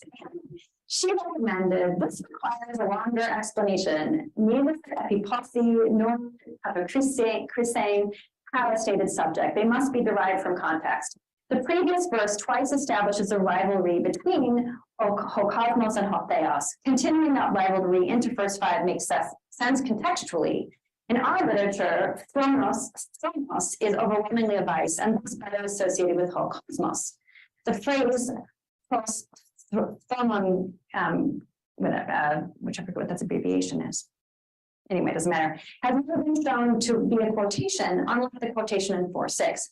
The proposed text attends to these matters by envisioning James' community as caught between the endless desire of the world and the grace of God.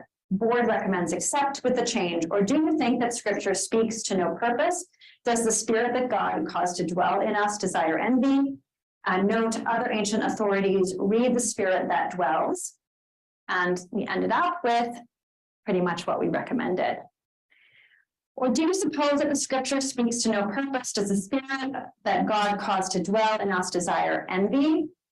With a footnote, other ancient authorities read the spirit that dwells. So with the desire that the spirit would dwell among us, these are some of the nitpicky decisions that were made in the process of the NRS, the updated edition. And I hope that we achieved something that was worthwhile for those of us who love scripture and who read it in translation. But it's I hope useful to know that first of all, that the translation was a committee project, which means that no single scholar got their way. Yeah, that in fact, this was a joint effort, and therefore nobody got their way, because that's what happens with a compromise, right? Nobody gets what they want. But at the same time, we really hope that the translation will be meaningful and helpful to those who aren't reading the Greek. With the recognition that, as a scholar, I want to say to you, I should go learn Greek. So your mind about how to translate some of these words. When I was teaching Infant New Testament, when I was in the middle of this, and we were just having the discussion about what to do about doulos in my class. And so I asked my students to write an essay. And I gave them the rationale of the book editors, the rationale of the general board, the rationale of the National Council of Churches, and then I had them to make, to take a stand. And I would say about half the class just argued what yours truly had argued in the beginning, which is that we should be consistent and translate doulos as slave or enslaved in every instance. And half the class argued. I told you, you heard that clearly. Half the class argued you should be consistent with slave or enslaved, and half the class argued don't do that. Half. But when it comes to calling these people sodomites, all of the class like, nah, that ain't right. We're sensitive to a community and how they gonna feel about that. But enslave and slave, well, doulos means slave, so you gotta be accurate. These guys are hilarious. Argued, no, we should be more sensitive to the way that that's received by contemporary readers and who don't want to live and never have, ideally don't live in a slave-owning society, and we certainly don't want to go back there. So can we please not have a God who would be willing to make somebody be a slave? So half the class argued that. Just for the sake of curiosity, how many people think we should have translated doulos as slave or enslaved in every instance? Are you willing to out yourself?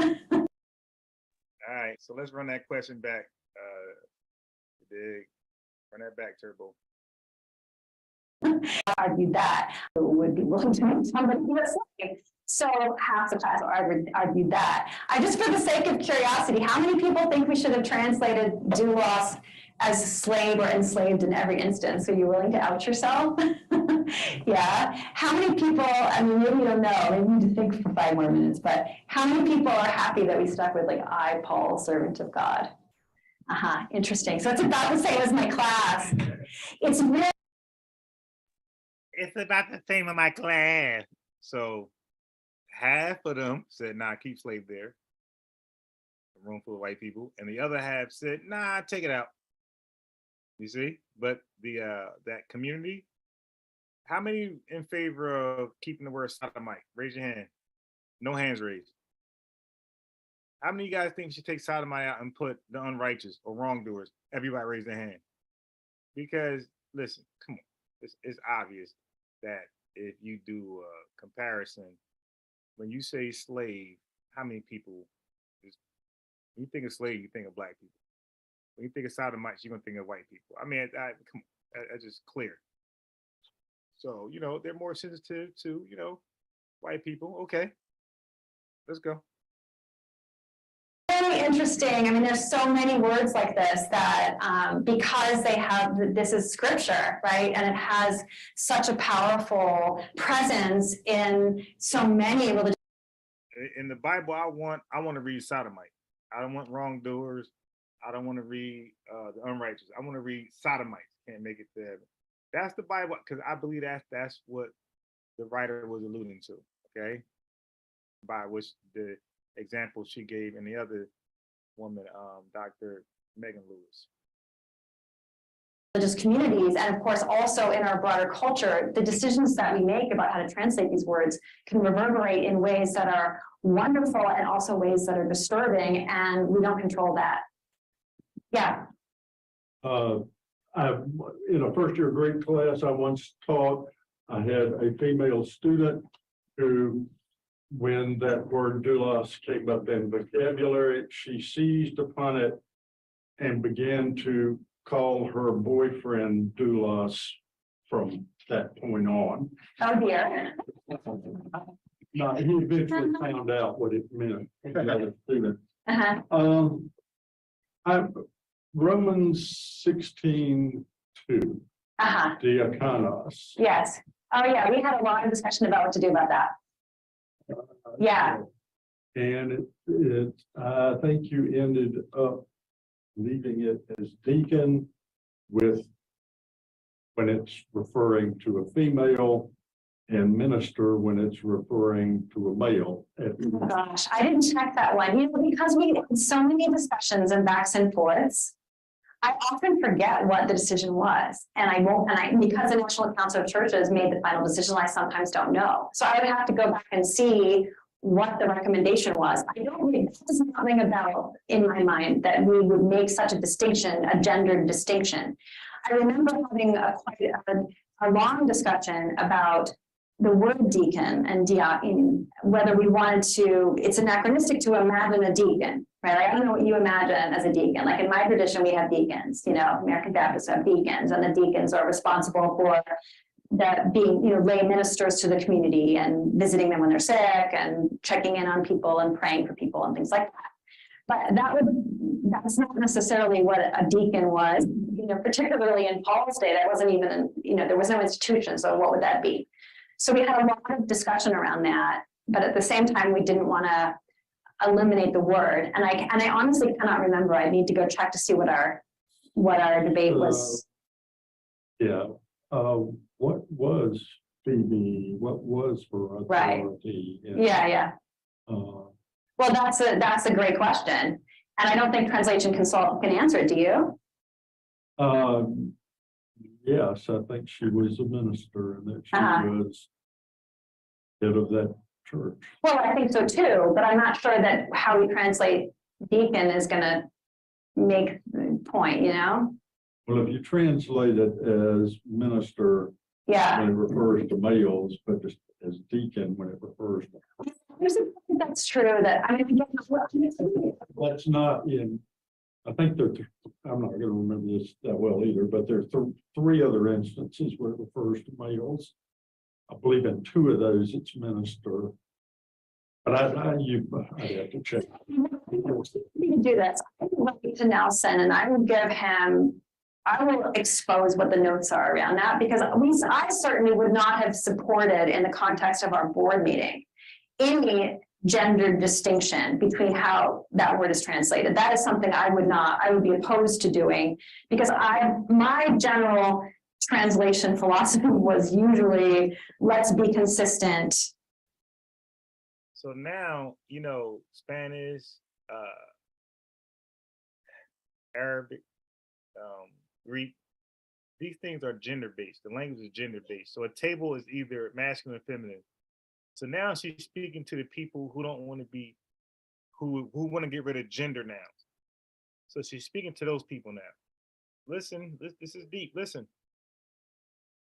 When the word is doulos, let's translate it as slave. You know, if the word is diakonos, let's translate it as however we're going to do that, minister or deacon. I wouldn't make a gender distinction. I don't remember that ever being proposed to the board. So I would need to go check to see the history of that particular discussion to really answer your question. But thank you for your question. Okay, one more. Pronouns for God. Pronouns for God. Okay. I mean, again, that would have been not in our mandate to change those because the NRSV was quite clear that it was attempting to do gender neutral language or gender inclusive language, I would be a better way to put it. And it was an updated edition, so we didn't change those very often. They are masculine, so they're still masculine pronouns. If there are masculine, I mean, again, I would need to look at each individual instance, but unless there was a strong argument from the book editor that the general editorial board could make as a consistent argument across the New Testament, the gendered pronouns were not changed, except for, in the case of adelphoi, as I was just saying, for consistency. So adelphoi is a Greek word that means brothers in the plural. But because Greek is a gendered language, yeah, and a gendered language where brothers can mean, 10 siblings, one of whom is a sister. Right. Okay. More brothers, and the sisters are lost under the brothers, yeah, because this one word, adelphoi, the plural, is inclusive potentially of sisters as well. When NSV was translated in the 80s, the decision was to translate often adelphoi as brothers and sisters, but that was not done consistently. So the NRSV updated edition made that consistent, so that anytime the word is adelphoi, you will now see brothers and sisters, and not some other word or set of words. Yeah. I'm in conversation with some of my favorite people to talk Bible with. One of them has questions. Okay. He'd love to know if your translation work was affected by something like the Cambridge Greek lexicon or resources that use spicier translations than we're used to. So the way that might have impacted the translation would have been through book editors. Okay. Yeah, so book editors did that kind of granular work because we assumed that they were the experts of that particular book. That's why we picked them. Yeah. Okay. And so if there was, sometimes as a general editor, if a book editor made a recommendation that I really wanted to make sure we accepted that didn't necessarily obviously meet the mandate, I'm going to go do a little bit more research just for my own sake. Not that that would have necessarily influenced anyone, that's for me. But the book editors would have done that kind of granular analysis. And so I don't know whether the book editors consulted that resource or not. Seems very fair. The other question was, how, if at all, would you or the board respond to the perception that the NRSV is a more liberal translation?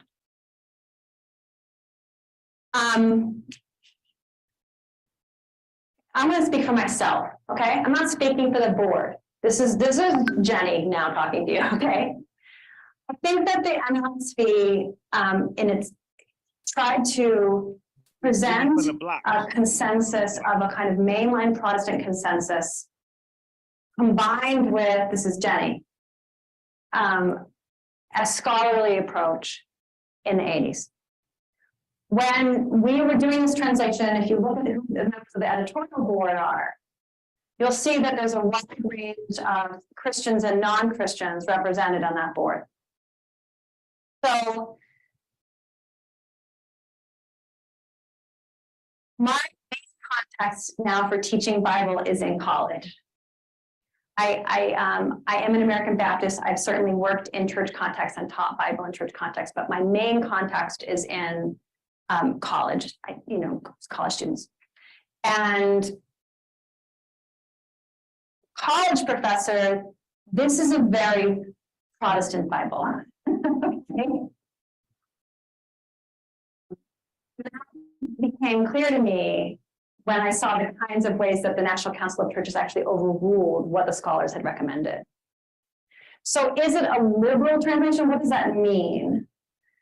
This is a translation that wants to be faithful to the reception of scripture in the church. And for example, our editor, a book editor for the Gospel of John is a wonderful scholar by the name of Giovanni Bazzana, who is a professor at Harvard and is a John scholar. And I adore him as a human being. He's a wonderful person. And he gave the most wonderful recommendations about what to do with John 1. In the beginning was the Word, and so on. And all of us were like, Giovanni, that's fantastic, but there's no way we're changing that, right? There's no way, because we can't have, we can't, this is an updated edition. So it's culture, as a community, as a church community, as a National Council of Churches, as scholars, that we're just going to throw out the traditional-ish, very close to traditional translation of John 1. We're not doing it. And I told that, and Giovanni was like, yeah, that's fine. Just thought I would see if I could do it. Which fair enough. We're allowed to do it because we're responsible to other scholars who are also reading the tweak. And so it's like to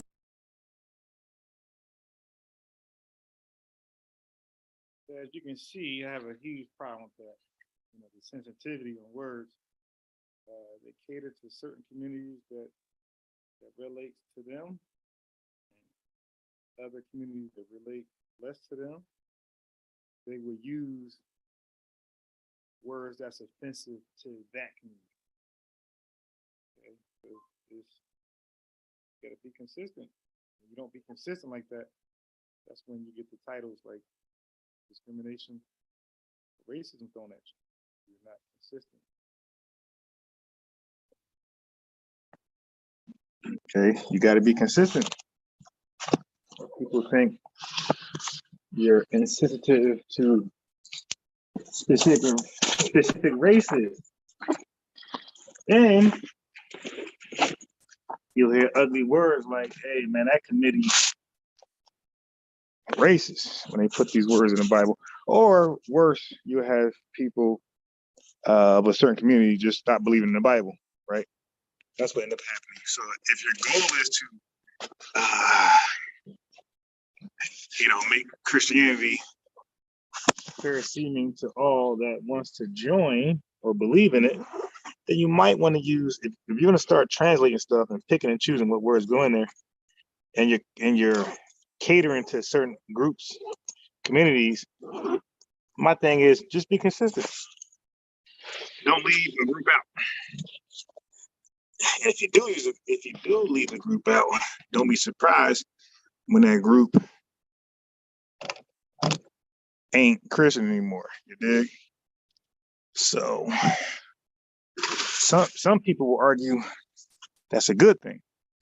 Keep poorly translating the Bible. Keep being insensitive to certain groups, and you will cause them to be non-believers. Okay?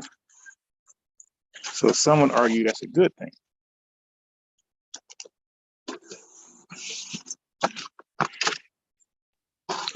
And they would say that that's the Lord's,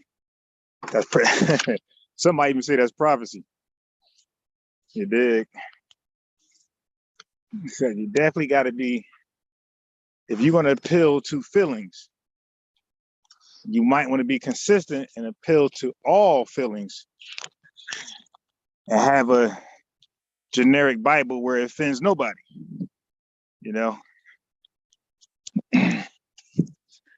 because Apostle Paul talks about his slave, and not his slave, but he talks about people who are slaves to other human beings, where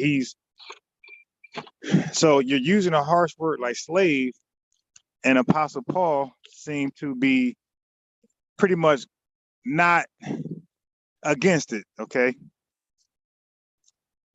Because you're using the word slave.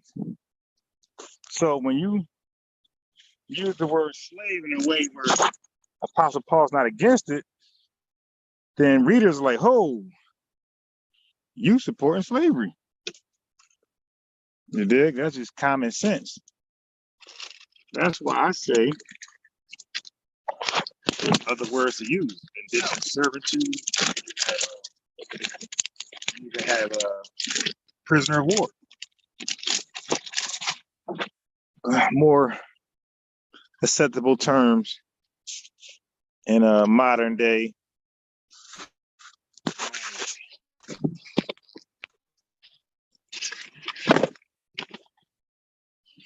Okay. So I'm gonna just talk to y'all for a while. Can't see the chat. I'm on the phone now. Okay, so I'm gonna do a recap of I reached out to the brother. I finally sent the brother the link. So the video, as you know, says debate. I think I played No Ma'am, ex-architect, and Stu P's discussion on abortions. And I'll play the whole thing sometime where you hear everything. Okay, so you can get the whole entire argument. Some of you guys will agree, some of you guys will disagree. Some women will agree, some will disagree. No problem. But I want y'all to get the whole discussion. So now we could talk about it more properly, openly. Because right now we talk about it openly. You know, Stu P's come on and address certain things. It's like you're not gonna know the entire argument. Like what is X issue? You're not gonna know that by Stu P just come something out. Okay.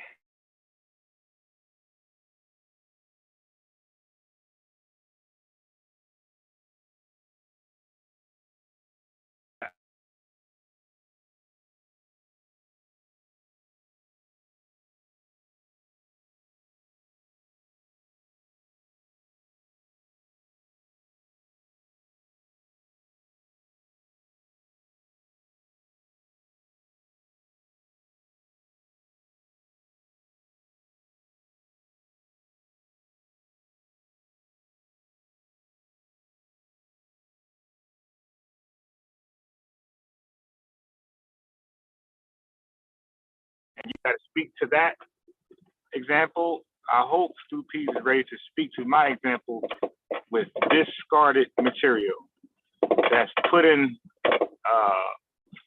a disposal can. And I want him to tell me how that discard material put in a disposal can, how is that up for grabs for anybody? Like, I am interested, I'm very interested in him telling me that's up for grabs. He's gonna, which I know he's not. That's rhetorical. I know he's not. He's gonna be in big trouble because I know that he never worked in such facilities, but he would know better. Because you have SOPs, right? Standard operating procedures, which you know ahead of time, which you just can't do. And then you have FDA regulations, which double down. So I know he's not saying that. So he's going to talk about. He has to talk about something else. I have no problem, but I would like for him to first speak to my example, and if he wants to say, nah, well, he got to. You know, he got it because that was my example. So, Stu P, you got to speak to that. Either I'm right or I'm wrong, and then we can have that discussion. But if you were to make a separate point, you got to acknowledge my example. We can't just skip past that. Like X can't skip past No Man's example of the spitting on the floor, which was a good example. That definitely stumped X. That's probably why he got a little emotional. I hate using that word emotional. We're all emotional. That's probably why he was in his feelings. When she used the spit on the ground and sneeze, because we know, you know, spit in the ground. Nobody looks at that as that's their DNA. They own it. You dig? I don't. And if a dog came and licked it up, you're not going to be talking about, hey, your dog licked my DNA. I want it back. Like, you know, I don't. That's not going to be the. Or if you was drinking water, and you finish most of it, and you throw it on the floor, and somebody come by and drink the rest of it, you're not going to think they stole your DNA. So I think that was a good example. No Man pulled and I believe that definitely put a huge hole in X argument. You'll hear it for yourself. So people have not heard it. You'll hear it for yourself. But I think that put a huge hole in his argument, and he sidestepped it as though that example wasn't there. So I hope Stu Pease don't do that to my example. I hope he addresses my example, whether I'm right or I'm wrong. But then you guys, which is impossible to think I'm wrong with that one. But we'll see, because with God, all things are possible. We read from the Bible, right? That's Luke 137, and that's Matthew 26, verse 19. And he also told Sarah that. Sarah laughed at her miraculous birth. Yeah, and you know what I'm going to need next discussion. I'm going to need more time with the brother, and I'm going to need somebody from the chat. So we're going to do a little different. I'm going to need somebody on the chat, because I'm sure I say some things that you guys be like, I don't know about that. And you might need more clarity. You dig? And same thing with him. He says something, you're like, wait, so what does that verse got to do? Because in my opinion, he was all over the place. So you might want to say, hold up. You know, like a moderator. So the Watcher said he wanted to be a moderator of a debate. Well, guess what, the Watcher? You're elected. You're elected as a moderator. So when me and the brother talk tonight, you can you want to hold us to the topic, right? Because I really believe he was all over the place. Like, we agreed not to talk about Matthew chapter 1, since that was the first debate, but he went into Matthew chapter, he went to Matthew chapter 1. That's what you heard me say, brother. You going there? And then we discussed Luke 3. I said, you can do that if you want. In the email, I said, you can do that if you want, but I said, I'm not talking about Luke 3, I'm talking about Luke 1.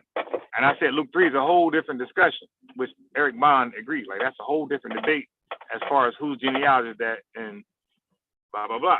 But he decided to go to Luke 1. Okay, so at this point, I felt like he was doing a brother Polight. I felt like he was just giving information out because he didn't think he did so well on the topic. So I'm going to give random information out where my audience will agree. Therefore, I'm right. You know, like it's distraction tactic.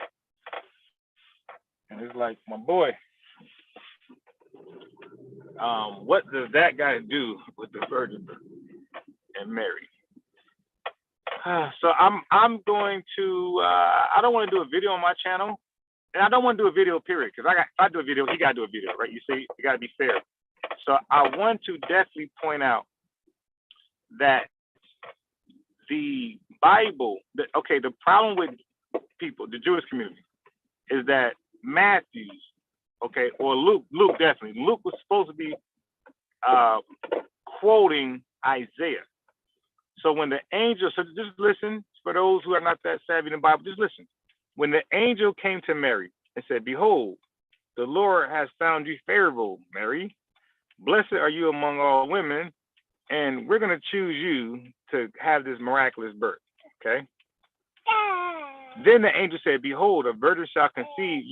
That Matthew, that writer, was supposed to be quoting Isaiah chapter 7, verse 14, which I show in the debates. And I said in Isaiah, they use the word virgin in English, and many scholars say that was a piss poor translation, and there was an agenda behind that translation. Like they were trying to push Virgin Mary, basically, Mother Mary. The brother was lost to that, so he like just sidestepped it. It's like, no, that's a big deal. Now, people listening, just because I brought that fact out, that does not mean that he's wrong what he said, because this has had nothing to do with what he said. I'm just pointing out what it should say in Luke. It should say, behold, a young woman shall give birth, and blah, blah, blah, blah, blah. It just so happened that Mary was a young woman chosen, but she's not only a young woman in marriageable age, she's also a woman without sex. That's all. That's all. See, so what the Jewish community and scholars, neutral scholars, right, argue is that the fact that they put virgin in the Old Testament without specifying, which again, like they just should have said young woman, but because they put virgin in there in the English translated Bible, they knew that English speaking people, native English speaking people, would take virgin to be a woman without sex. So why is that important? Because if that's in Isaiah 7:14, then Mary's sexuality is highlighted, not the fact that she's just a young woman chosen to birth Jesus. So you see, so now the prophecy becomes about Mary and not Jesus. So the scholars, especially the Jewish community, they say this is a Catholic doctrine, or this is Catholic influence. This wording is Catholic influence. So they say that's not right. So in Luke, I agree. If LJ in chat, LJ, what do you think? I agree that Luke 27:28 should be saying, "Behold, a young woman shall give birth, and not a virgin." So he argued Parthenos. I didn't want to even, yeah, you see, I really didn't give much feedback, like much pushback on that one. I just told the brother, can you show me Parthenos in the New Testament used as something other than somebody being a young woman, one, and somebody being somebody who's not an actual person without sex? And I said, I will concede that. He didn't do that. It's not that he can't do that. He didn't do it that night. So he could do it tonight or another night, but he didn't do it that night. So it should be stood, it should have kept what I said, that this is talking about Parthenos is an actual virgin, right? Because the thing is, if you can't prove somebody wrong, like, you're at their mercy. But the brother Thayer, he plays by another set of rules. You dig? So in the recap analysis, which I will do over what was said, source up for y'all, and on a non-debate, I'll play video from scholars that, and then he said something about Luke talking about the birth of Jesus, and Matthew talking about the birth of Jesus. Therefore, it doesn't make sense because this is 6 AD, this is so-and-so AD, and see. So Luke is wrong. I don't even know that's an argument among scholars. So what I'm going to do is, I haven't researched that yet, but that sounds like some pseudo connected dot shit. So so that sounds like some pseudo connected dot stuff. So what I'm gonna do is, I'm going to see, or I'm gonna read his. Look at this. Yeah, I can't stand drivers, man. I can't stand. Yeah, these some selfish dogs that just too lazy to park in the actual spot. They want to go across the line because they want space to like open it. No, you parking it there. So I said he wants to, old ass Hyundai. Like, dude, park your piece of shit car correctly. Ain't nobody gonna hit your damn car with that door. I'm gonna act like he got a damn Benz or some shit, Lamborghini parked over there, trying to take 2 parking spots. Go across the line. So now nobody's going to discourage people to park next to him, because then we'll be, near his car. I should have parked. I should have took my sister's car and parked right next to his ass. All right, now, nigga, you got company. All right. So I think I might check the chat from my other phone. See what's going on. See if I'm getting pushback. If I'm making sense. So I'm going to look at what he actually said when I get home again, and see if there's any validity to that claim that there's a discrepancy on the count of Jesus' birth. Like, that Luke itself automatically we'll go to mumble jumble. Now, mind you, I'm not here to argue with the brother. I don't care, because I just trying to.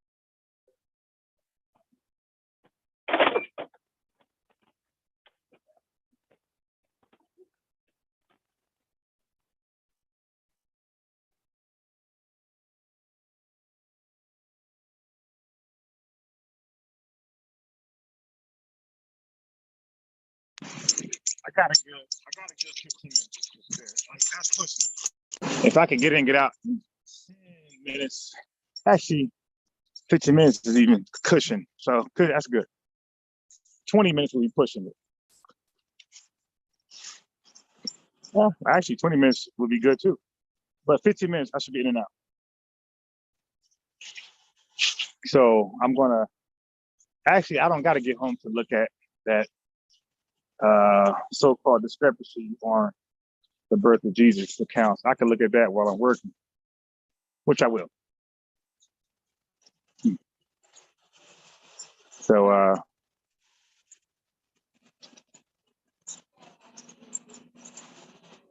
just want to get in and get out here.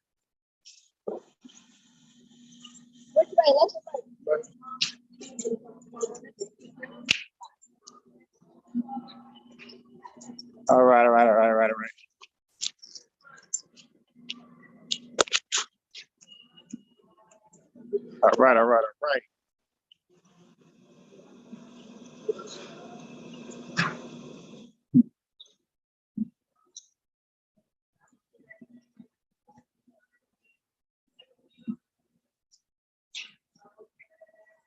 Oh my God.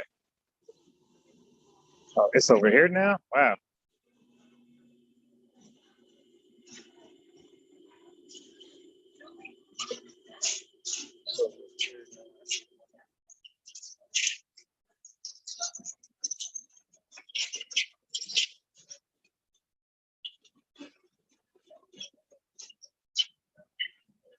It's over here.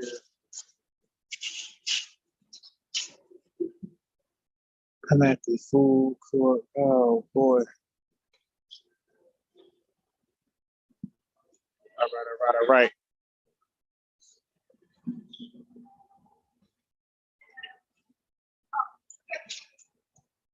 Yeah. So, but the brother is slick.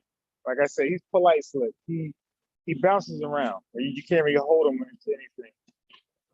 He'll make a claim and then go somewhere else to like prove its validity. But I'm like, dude, I'm against your claim and the proof. You dig? So like he's fast. He moves pretty fast.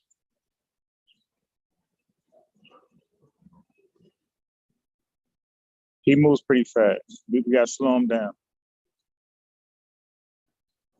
We gotta slow him down. Little shifty dude. Ain't that what they call basketball players like that? They shifty. Well, he's from Philly, so he definitely got the Brooklyn, Philly tri-state magic. He got the tri-state magic.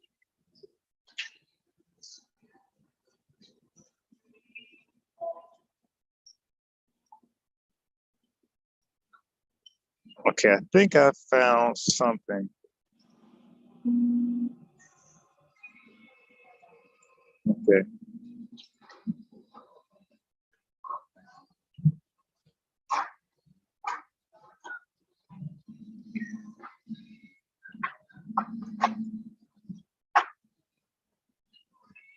So I think I found something.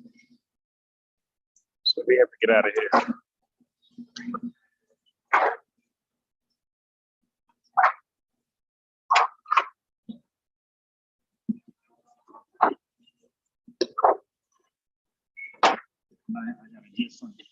I gotta make my spaghetti today. I gotta get some spaghetti stuff. I'm picky as hell about the ragu sauce. I try to get ragu sauce damn near like it's pureed, natural or organic.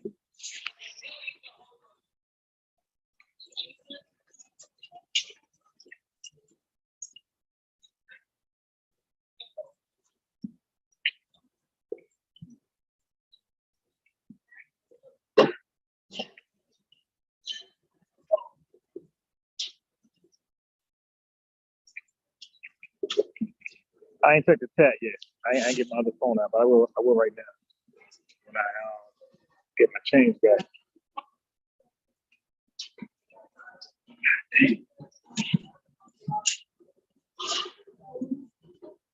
Hey, I ain't saying this is wrong. I'm just saying. I'm just pointing out the difference.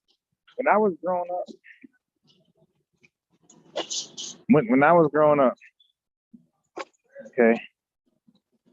When I was growing up, men's feet were large and women's feet were small. She has that changed. I mean, and I ain't saying this is wrong. I'm just saying how I was growing, how I grew up. I'm older than y'all. So I'm telling you, your girl put your slides on, they're huge on her feet. She could barely wear them. Your sneakers can't wear them, your boots can't wear them. I'm saying women nowadays, they could fit your sneakers like you. I'm like, damn. I call them rabbit feet because you look at rabbit foot, that shit long as hell. Like women got rabbit feet now. Like they used to have turtle feet when I was growing up, small, and they got rabbit feet now. God damn. And that shit the norm now. Excuse me. I gotta stop eating family.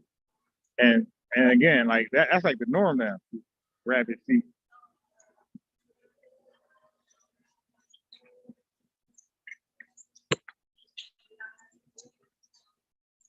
All right.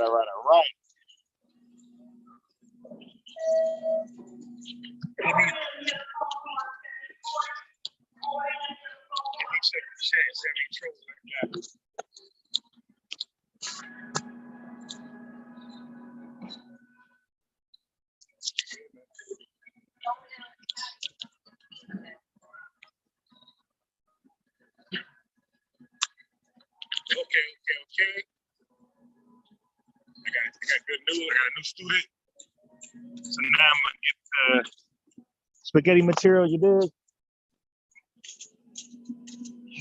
I got the turkey meat. Now I'm gonna go after I need my sauce, my ragu sauce. Well, I don't do ragu, but you get what I'm saying. Tomato sauce or whatever.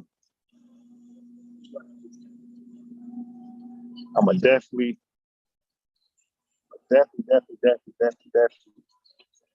get the best type of, right? And like certain things you buy, the price doesn't mean it's better. But when it comes to like ragu sauce, yeah, the price determines what's better. The cheaper it is, you're dealing with just sugar sauce. But the more you spend on ragu sauce, you're getting close to like the tomatoes just being freshly, what they call it, pureed. Yeah. So for me, yeah. So basically, your spaghetti shouldn't be covered in red sauce, unless you chose the what they call it. They call it the vodka sauce. Okay, the vodka sauce, yeah, you might be covered in a certain color. But if you're using good spaghetti sauce, your noodles should not be looking like, it should not be covered with a red sauce. It should be like a transparent sauce. You dig? I'm just teaching y'all. That's how to make spaghetti correctly. I found my sauce. Now I'm out of here.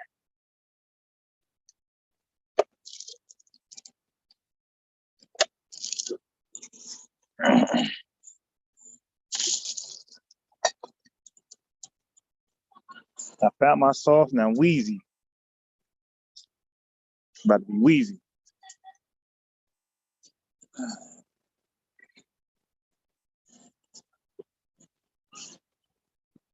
All right, it's wheezy time.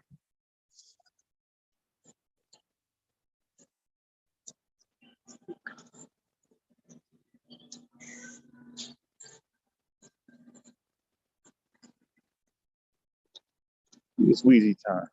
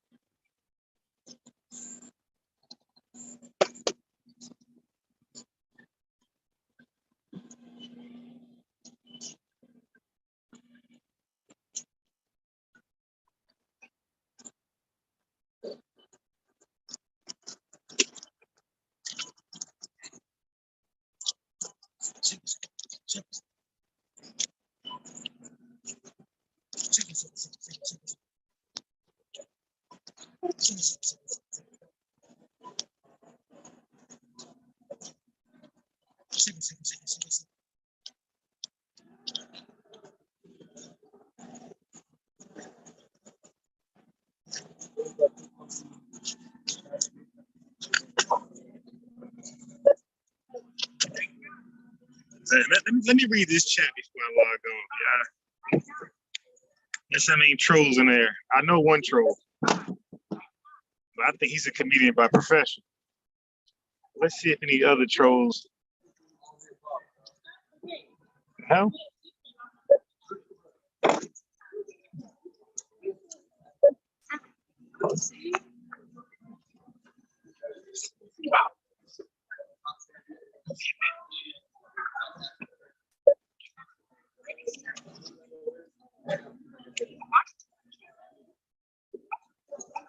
Insert cash or select payment type. Give me a second. Give me a second.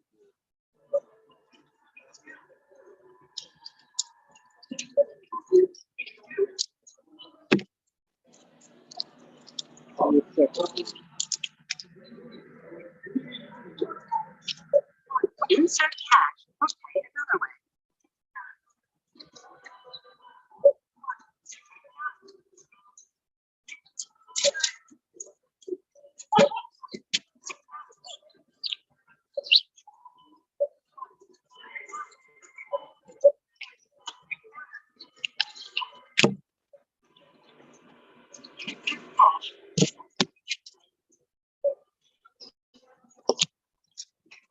I ain't checked yet.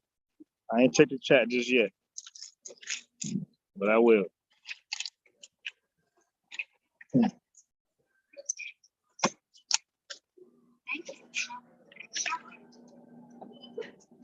I hope I got noodles, man. I didn't boil everything but noodles. I'll be mad as hell if I ain't got noodles. She gonna block the whole. Oh God. She gonna block the whole goddamn exit with her car. All right, once I get in the car, I'm gonna check the chat to see if they riding with me or against me. People be against you for no reason. It's like, it's okay.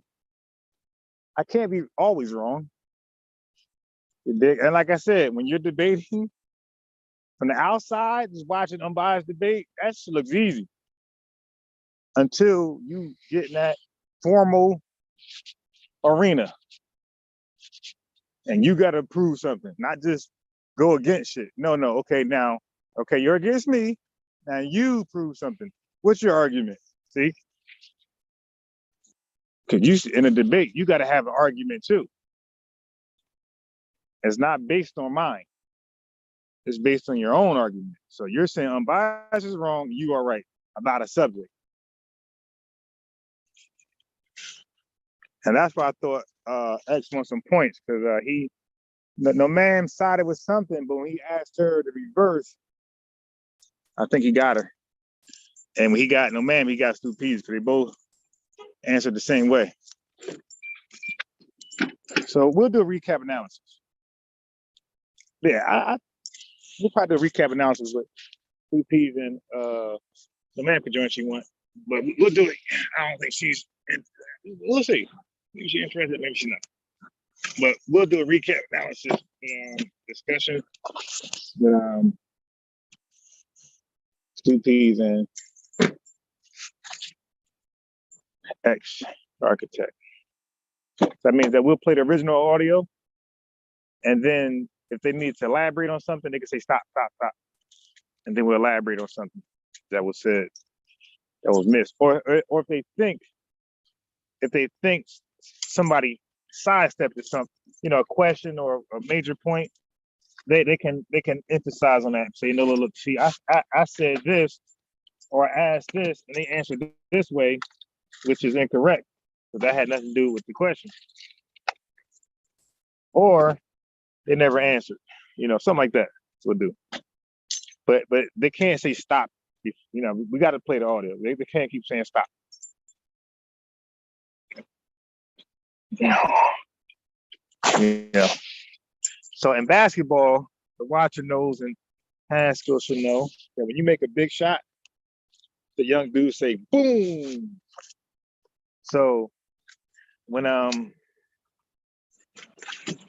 point's being made and somebody acquiesced or sidestepped it, they could emphasize, hone in on that, emphasize, single it out, and then they could say, see, I said this, they didn't respond correctly, and they could say boom. You dig? All right, so now I'm Gucci now. I got everything settled. All right, before. Got good time, got more than enough time. So let's look at this chat.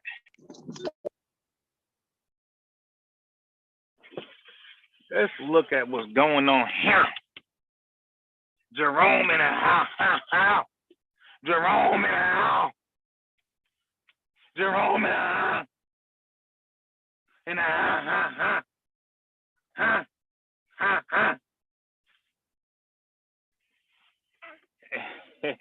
Jerome in the house.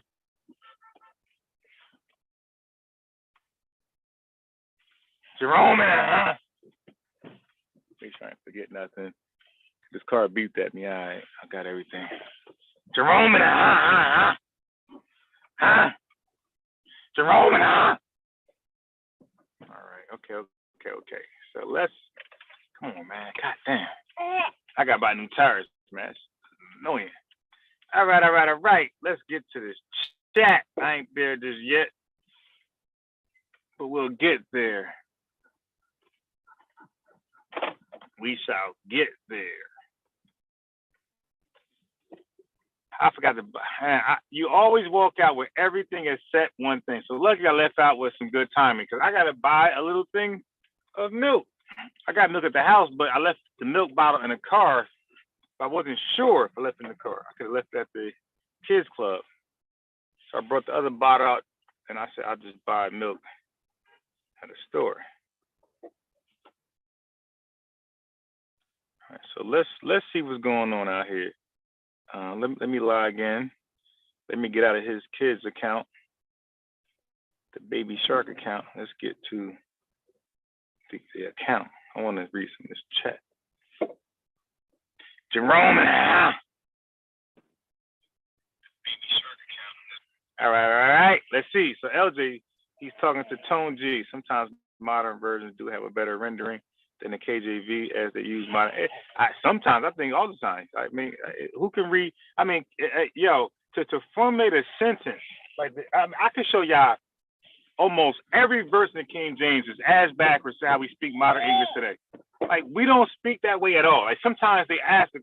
Sometimes, like for example, in modern English, I'll say Tone.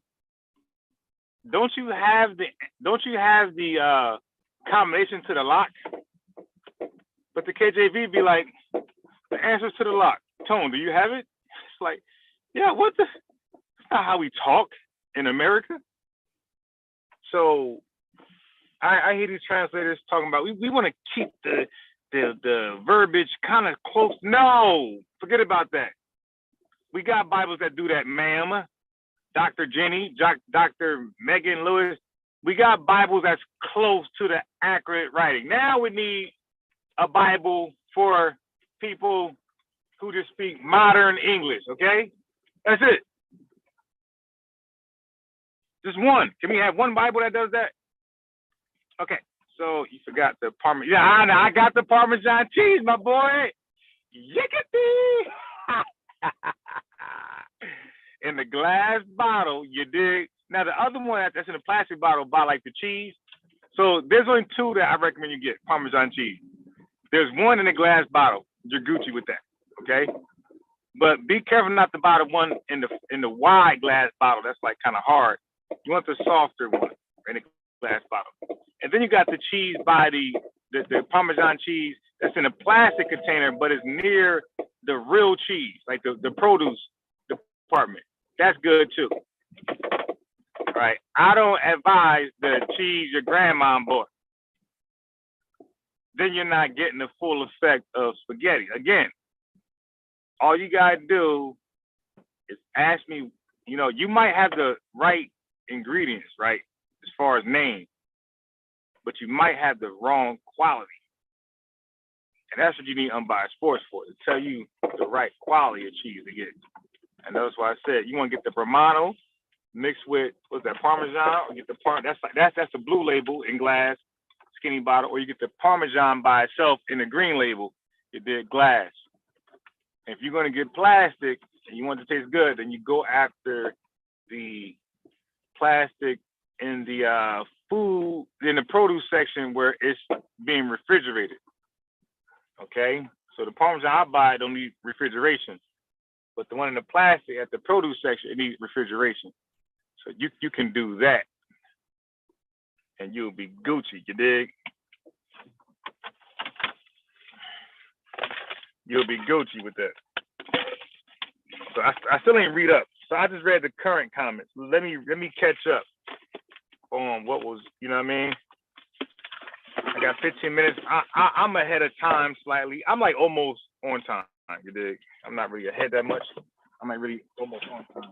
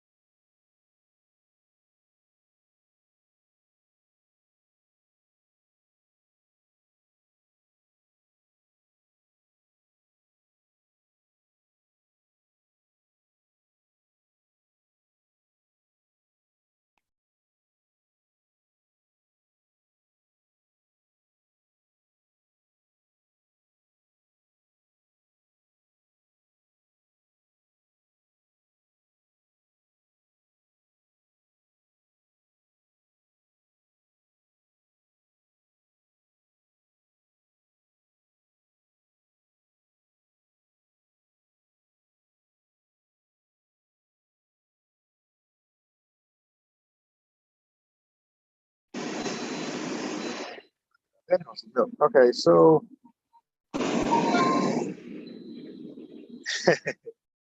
so what is the Paul argument? Let me hear it.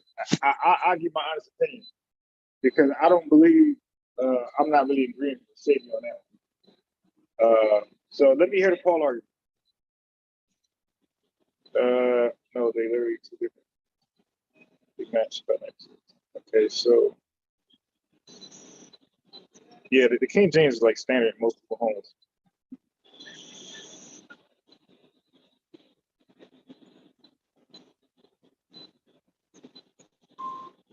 Okay, let me read up. Boss trolling his own chat. Oh no. Adjudicate. Adjudicate. Yeah, can somebody put the correct definition? I never researched that word. I know he's wrong.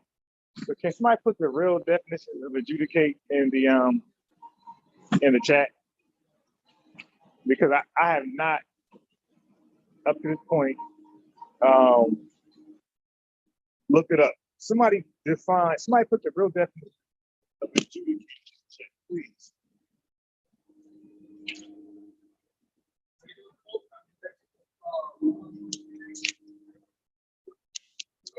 Please put adjudicate. Okay. All right. So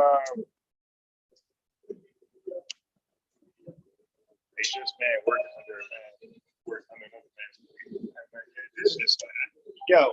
Listen, what makes people feel is that they don't have the credentials to prove they're educated. So they gotta, in their mind, they gotta overcompensate. And they gotta say things that nobody said, that nobody really say in the academic world. And that's, in their mind, that's to set them apart and makes them smart. And I'm telling you, this is saying some wild stuff. Oh shit.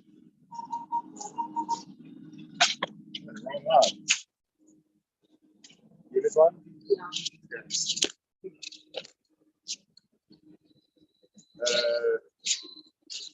Okay, Canada sign.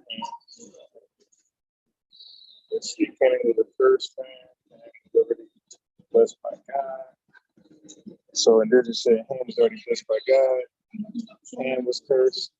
No, he said Canaan was cursed. Ham was already blessed by God. Ricardo said the reason I asked you that question is, like, man, how you doing right here?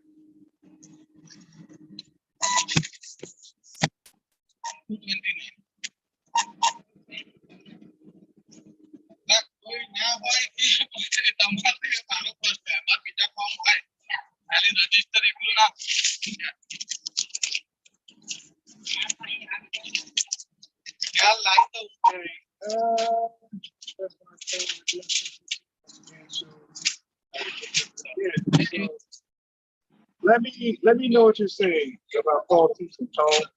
Be more specific. Be more specific about like the problem with Paul's teaching, because again, I don't agree with saying that Paul was against, like Paul's teaching was against the Bible. I disagree with that. So let me know what you're saying about Paul's teaching. I want to know, and I'll give an honest assessment. And my assessment doesn't make me right, but I'll give an honest assessment, and that's all I can do.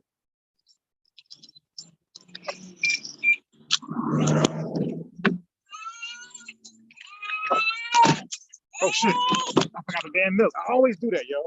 I always buy something and be so focused on something else and forget the product I bought. I did that yesterday. I did it today. I forgot the milk.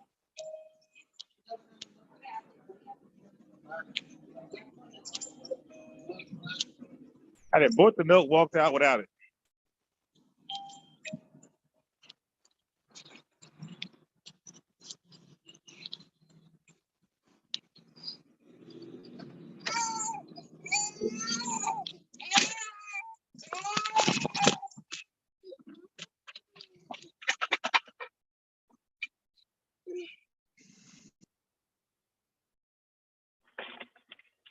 Okay, now let me get back.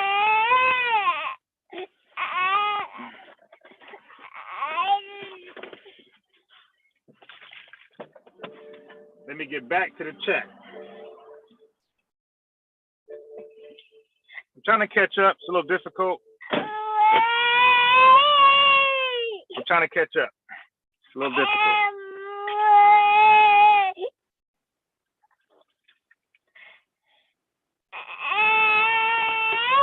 Because I'm constantly, moving still. I haven't really got to my destination.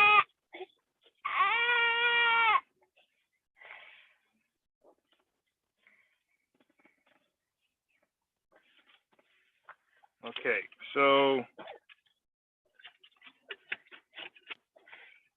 all right.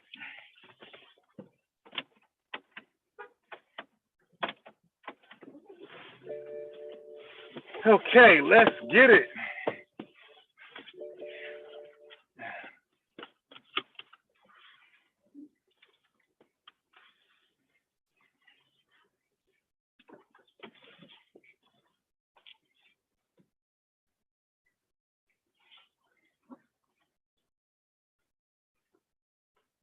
All right, let's get, yeah.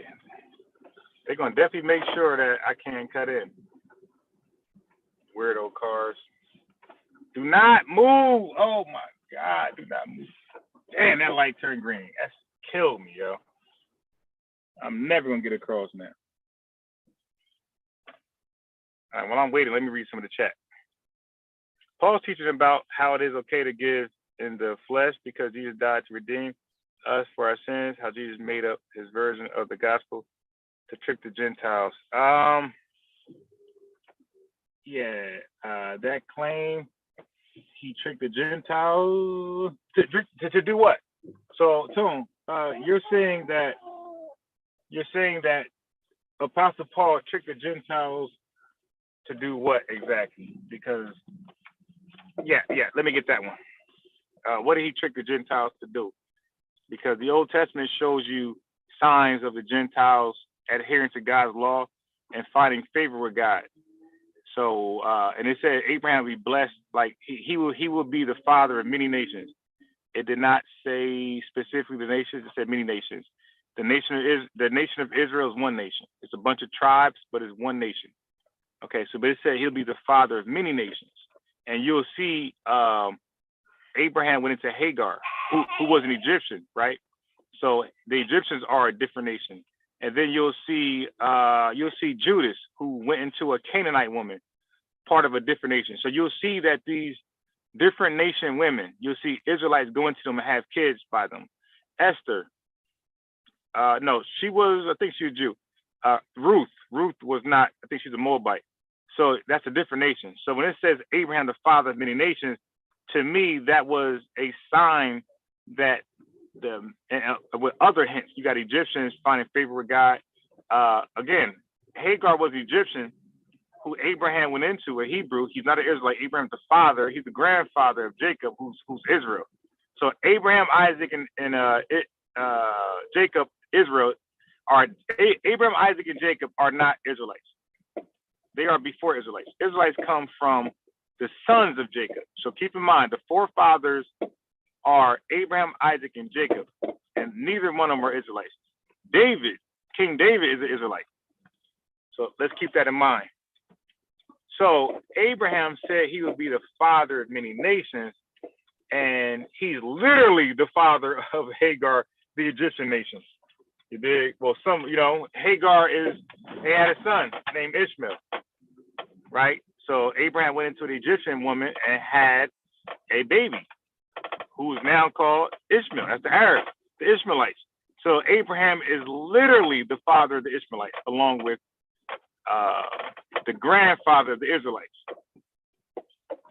Okay, so Abraham had a son named Isaac. Isaac had two kids. He had Jacob. Jacob is the father of the Israelites, and Isaac was the father of Esau, and Esau is the father of the Edomites. So Abraham is literally the father of the Edomites. Okay, he's the grandfather of the Edomites. So then Jacob was the offspring of Isaac, like Esau. So then Jacob went into a Canaanite woman, and they had kids, right? Their kids' names was Onan, and Shelah. So Abraham is literally the great grandfather of those kids that was begotten by. So he's the father of many nations, literally.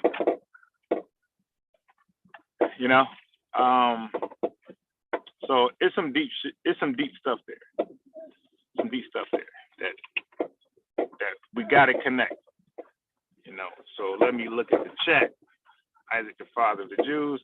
Isaac would be the grandfather of the Israelites. Abraham is the great grandfather of the Israelites. Isaac is the father of the Edomites, and he's the father of Jacob. So Jacob doesn't have, he's not the father. Jacob doesn't have a clan. He's not part of a clan himself. He's just you can say Hebrew. But Jacob is a Hebrew, and so is Ishmael. Ishmael's a Hebrew, and so is Esau. Esau's a Hebrew, and they say Esau's a white man, which he's not. But according to that doctrine, he's a Hebrew.